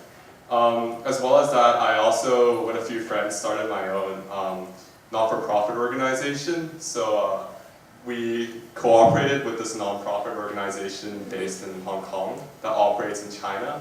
And what that organization did was they sort of matched people who wanted to make a difference with charity schools in China. So specifically, the kids we were working with were kids who moved with their parents to other provinces within China, so were not eligible for public primary school in that province. So what we did was we raised money to help these underfunded schools that are only running because they're like businessmen who run charity operations. And so for a whole semester, we raised money for this charitable organization, and we actually went over and ran a small English camp there with the children during the Easter holidays. And I thought this was a very meaningful experience, and again, like I wanted to make sure that kids after me could also participate in something similar. So I sort of passed on this organization to a group of kids a year under me, so they could continue this enterprise even after I'm gone. And last time I checked, I think this organization is still running at school, which I think is, which is really meaningful to myself. So I guess to sum it all up, it's all about identifying what's important to yourself, and asking yourself, okay, so this is what I care about. What can I do more, or how can I make a difference with like my passion or what I'm really about, and actually going and doing it. Before, I wanted to say a disclaimer, just because I love CIS and Penn doesn't mean other schools are bad, right? Boston College is still a great school, HKS, all these schools are still good. Like, don't switch to CIS just because you think that I said your school is bad. Like, all of the schools, all schools are good. So I think in terms of extracurriculars, I think I made a mistake in high school that I thought the quantity of extracurriculars was more important than quality. And I thought breadth was more important than depth. And I think what Shreya said before is really true, that it's more important to have depth in your activities rather than breadth. So it's more important to be more invested in only a few activities rather than spreading yourself thin across like 10 different activities. And I was looking through my activities resume just before this for high school, and I was like, I did all of this? Like, I don't even remember any of this. And that's a bad sign, right? That's a sign that I was stretching myself too thin. I wasn't getting involved in all of these as much as I should have been. And I should have focused on only a few activities that I was really passionate about. So I'll just highlight a few that I was actually passionate about. So I was at Yeung International School. I was part of the prefect team, and I was a deputy head prefect. And that was one of the 3 student organizations. So there's the house, and there's a student council, and the prefect team. And I was, along with a team of 3 other head prefects and a teacher supervisor, we basically organized this 70 prefects that we had in the school to help out with special events at the school, to kind of like be a liaison between the principals and the administration and the students, and kind of also enforce school rules. So kind of like Harry Potter to prefect system. So I think that was something that was like pretty much my first like really challenging leadership role. And I learned I was super arrogant back then, and I said a lot of things I really shouldn't have, and I paid the price for that. And I think that was a very challenging experience, a lot of tears, blood, sweat, and tears. A lot of the teacher yelling at me and saying that I had made more enemies for her than all 7 years of being the prefect team supervisor. So I think that was a very humbling and also very challenging experience for me. And switching to CIS, I was determined to like start anew and be a lot more humble.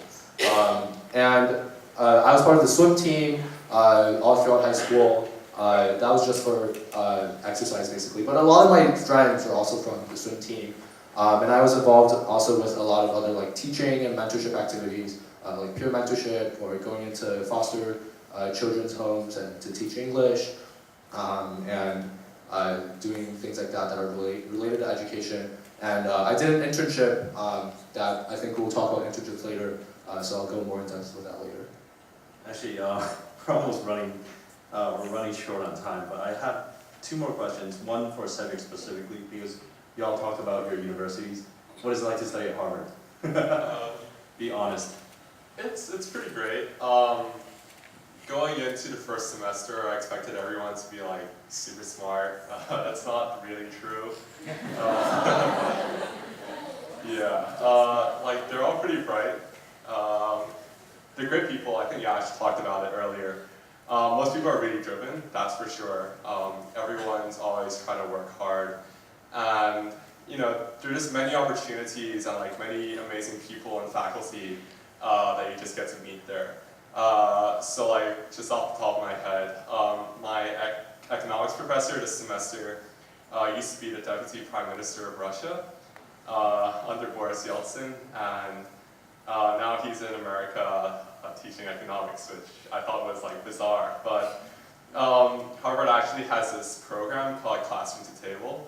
So they'll pay $30 US per person for you to take your professors out to dinner.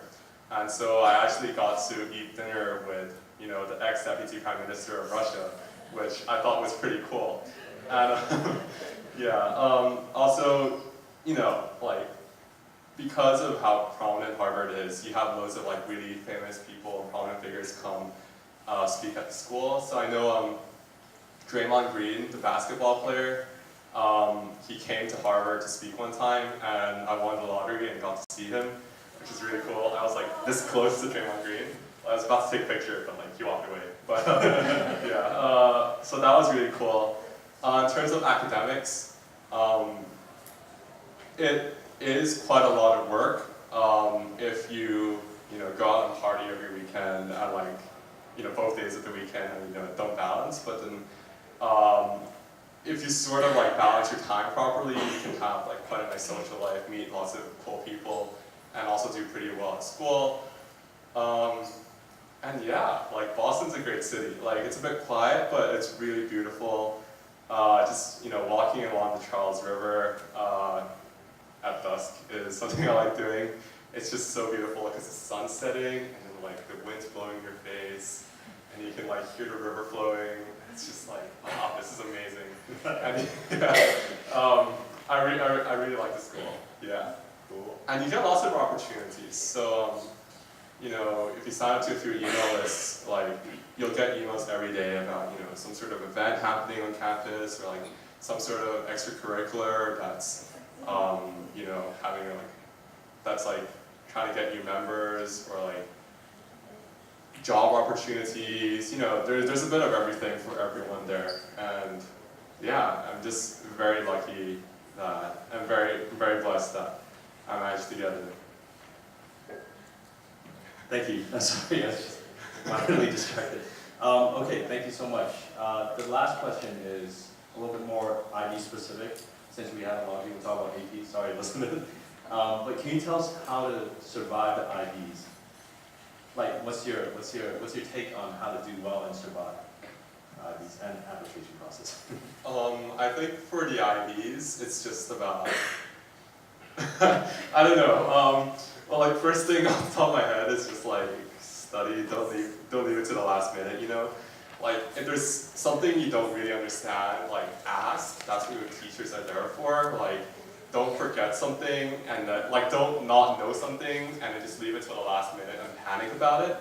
And I think that's like a more general theme in life. It's just like ask for stuff. And like this is something I realized along the way. If you don't understand something, like just feel free to ask. No one will judge you about it. You're young and you'll make mistakes, and people are willing to help you. So ask questions, study hard, but don't study too hard. I know like near the end of exam period last year, I was a bit burnt out and pretty like done with studying. So like make sure you have like some sort of balance, like you're going out and exercising, that's your thing, like meeting with friends. Just something to make sure that you're not always studying. Otherwise, it'll become counterproductive, I think. Yeah. I think like 4 or 5 hours a day is enough. Yeah, for IB especially, if you're applying to the US as well, time management, so plan your day really well to know at what time you're going to focus on applications, at what times you're going to focus on studying for IB.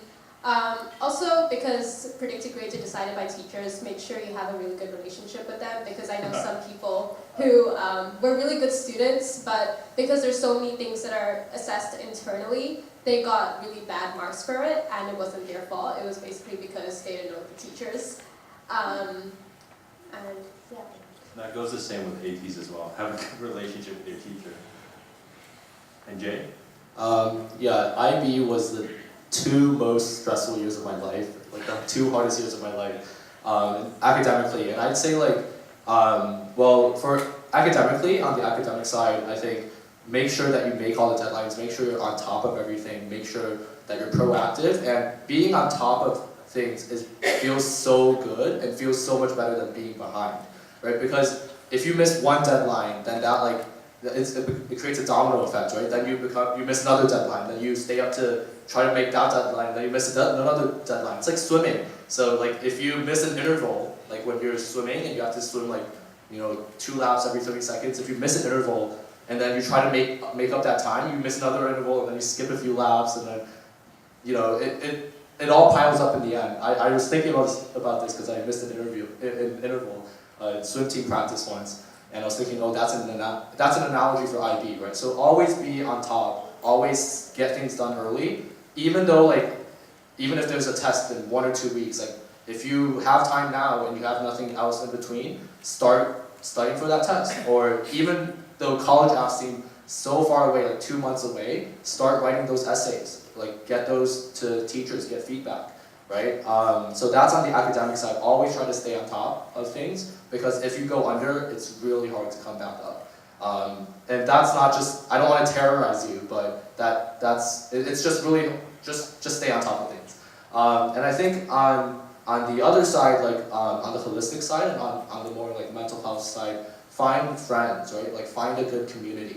And CIS is a great community. But so I look back on IB and I'm like, how did I survive this? Because college, in my opinion, is so much easier academically and it's so much less stressful. But my freshman year, I still struggled and I was thinking why? And I think the difference was that I found a really good community at CIS who would really push me on, who like, we would always crack jokes all the time, who like really got my morale, really improved my morale and improved my mental health and improved my drive to, get things done even more and try to go through that cycle and that crunch and that grind over and over again for 2 years.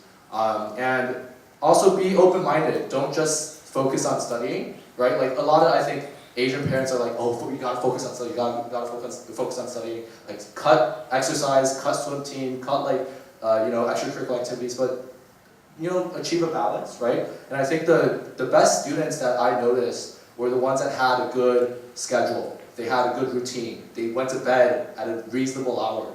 They got enough sleep. They were on top of things. They had a good routine.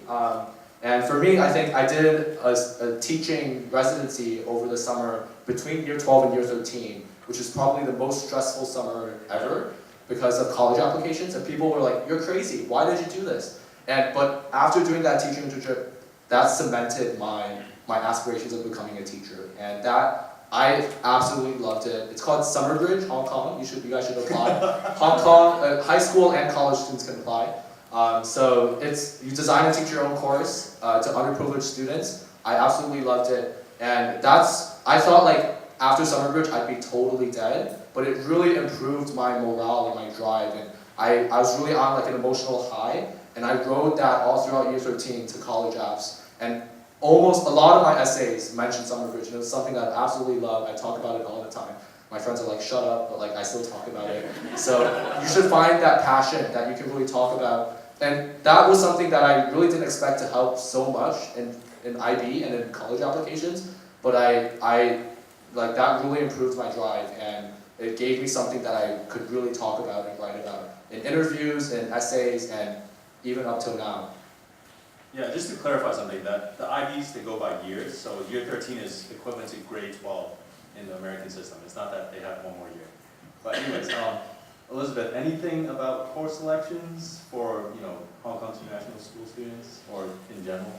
I think in general, one important thing to note is that when you're applying to schools in the US, they look at your application as a whole. You know, it's not just the separate parts. So your application should make sense. Like, so when you're, you know, in the beginning, you can explore different courses, different clubs, but towards the end, you should really focus on your passion because, and especially in, you know, making sure that your course selection and your clubs like kind of match each other, I guess, because it'll especially help when you're writing your Common App essay and your supplements, because then you can write something that highlights your unique activities, what you learned from your passion, and kind of that learning curve, because it's, you know, one big picture. Yeah, well, you heard it from them first, the horse's mouth. But thank you so much for being here. You know, the advice that you give us is very good. One thing I would say, you know, if I had something like this when I was a kid, I would definitely take advantage of it, because learning from an older person who's just been there and done that means so much more. And when you get to see their success and that they're actually human beings, they're similar to me, so I can achieve the same success as they did. I just need the right advice, need the right guidance to walk those steps, and they can always be there to encourage you. And plus, we're not going to charge you $200K. But anyways, thank you so much for your time. We're going to have coffee, tea, wine for the parents. And if you'd like to speak to them, do pull them aside and speak to them. They don't cost anything right now, so you can talk to them right now for free and get all the information you need. Thank you very much for all your time.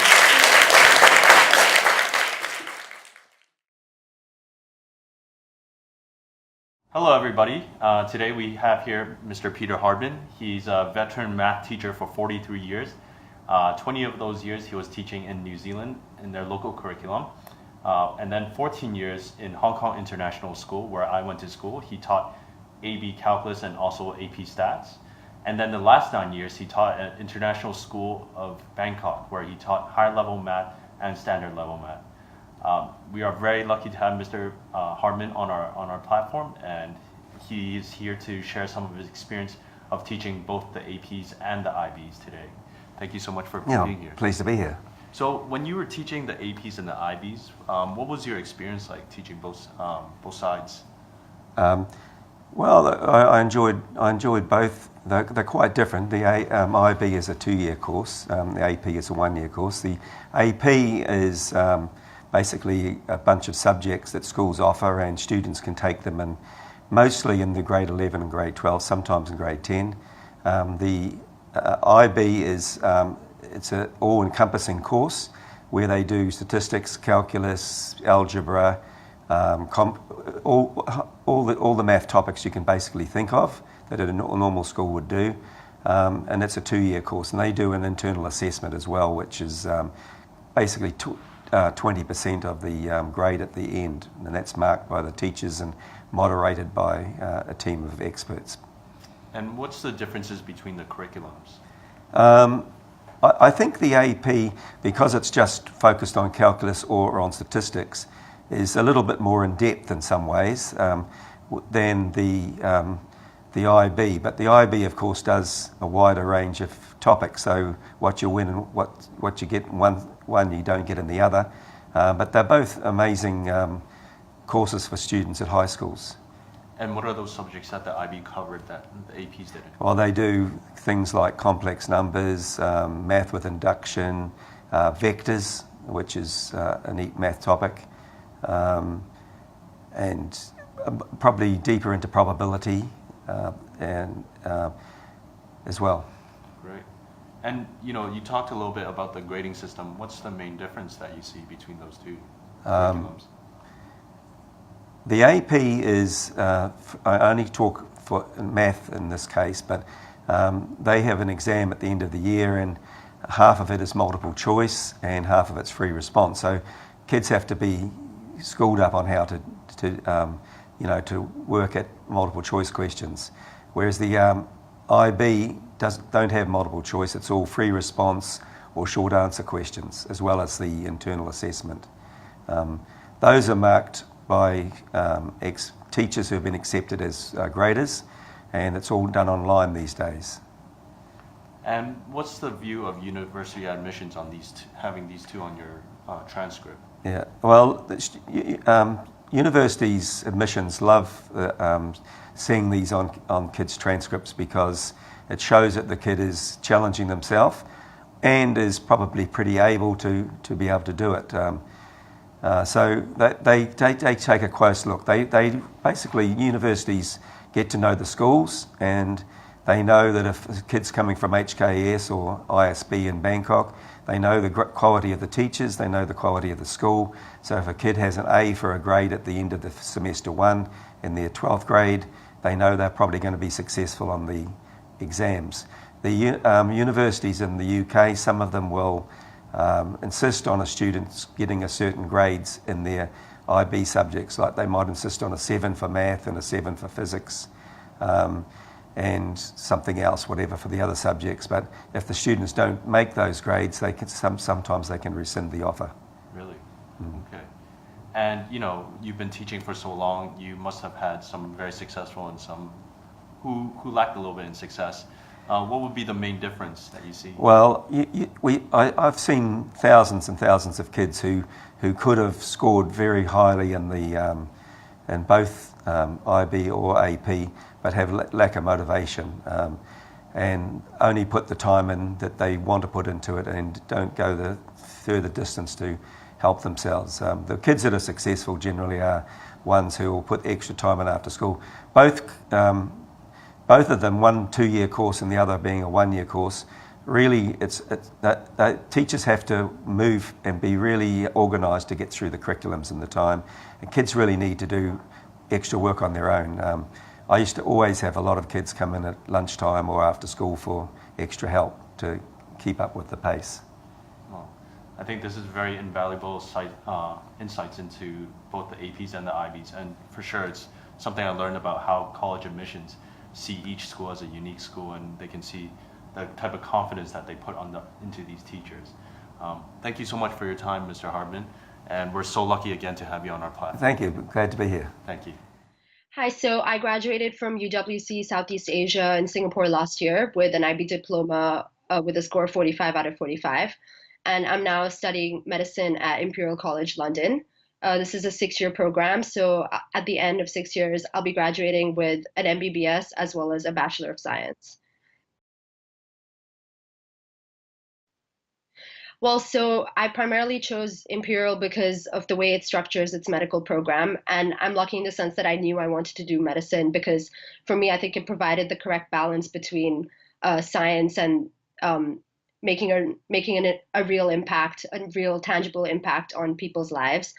So I also knew that I wanted to study in the UK because in the US, the medical program is a lot longer. And for someone who knows what they want to do, the UK gives you the opportunity to get into medicine straight away. Whereas in the US, you have to do 4 years of undergrad and then pre-med and then med. And basically, schools in the UK, they vary quite a bit in the way they structure their medical program. There's a wide spectrum. On one end, you've got heavily lecture-focused universities, such as UCL, for example. And on the other end of the spectrum, you have completely problem-based learning-driven schools. And this kind of learning, it relies on basically you researching a case that you're given, and it's highly self-motivated and highly independent. And so for me, I leaned more towards the lecture-based schools because I felt that they provided more structure than a PBL-heavy course. And I liked Imperial because I think about like 80% of its teaching is through lectures, but you do get quite a few PBL sessions, so you get to experience both sides. And Imperial adopts a very integrated approach to learning because it complements its lectures with appropriate tutorials and practicals. So I just like the idea of having a lot of varied learning methods. And Imperial also has a lot of clubs and societies, I think. And this helps you to, I guess, have a good work-life balance, which I think is important throughout your life.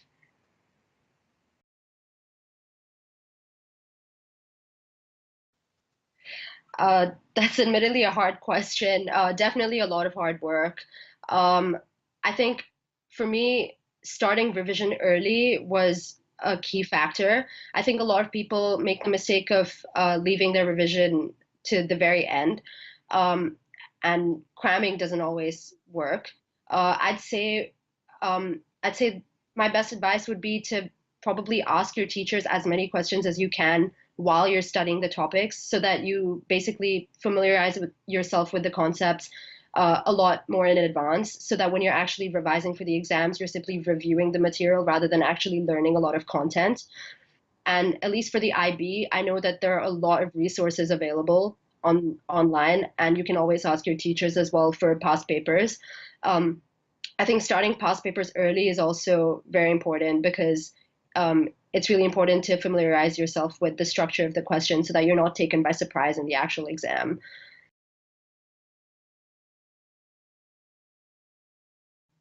I think high school in general is a time to experiment with lots of activities. And I think I wish I'd gotten involved in a lot more extracurricular activities in my high school career, because I think that helps with building a lot of important skills such as teamwork, leadership, and it also helps you form social connections, which are really important because people skills are important in any course you do, and anything you go on to do in the future, basically.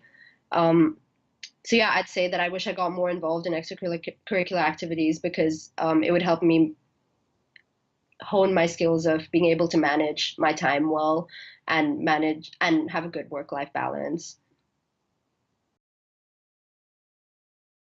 Hi, I'm Daniel Ng. I graduated from CDNIS back in 2015, and I'm currently attending Northwestern University. I'm in my third year, and I'm majoring in material science, which involves a combination of chemistry, physics, and engineering to design new materials.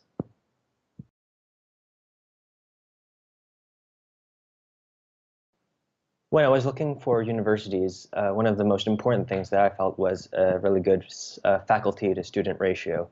So particularly for Northwestern's Math Sci department, the class sizes will be something like 20 or 25 students, which means it feels a lot like high school, and there's a lot of interaction with your professors. So if you need help with anything, or if you're struggling, then you can go straight to them and ask for help.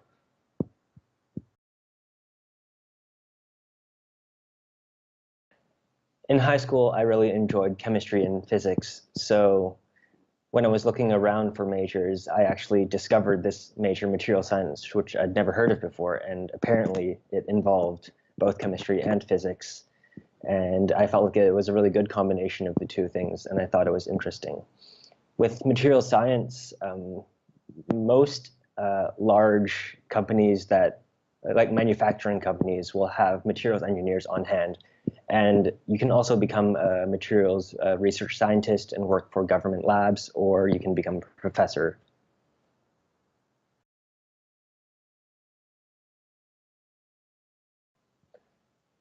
I felt like one of the strongest parts of my application, besides the academic records, was my personal statement, because it really gives you a chance to show admissions officers what kind of a person you are and if you might be a good fit for the university.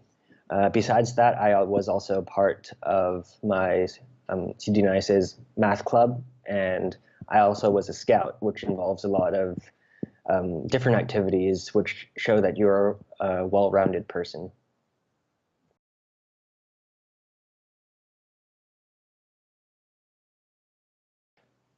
In my personal statement, I actually wrote about how I was born in the US, but then when I was 5 years old, I moved back to Hong Kong, and sort of like the transition and the difficulties that I faced having to adapt to a new culture, and how that sort of shaped me as a person and how I deal with difficulties from now on.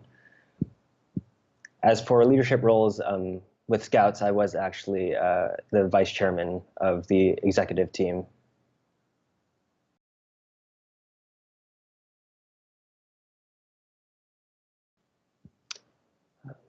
I was always interested in science, but I do think that at CDNIS I had like really phenomenal physics and chemistry teachers who encouraged me to continue studying science in college and beyond.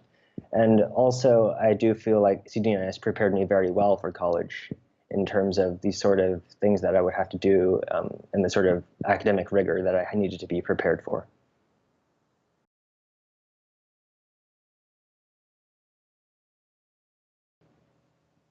Yeah, they are busy, so you do have to step up, and if you are struggling with something, you should go speak with your teachers and ask them for help. And I was lucky enough to have teachers who were willing to put out the time and give me their personal attention to help me with my problems.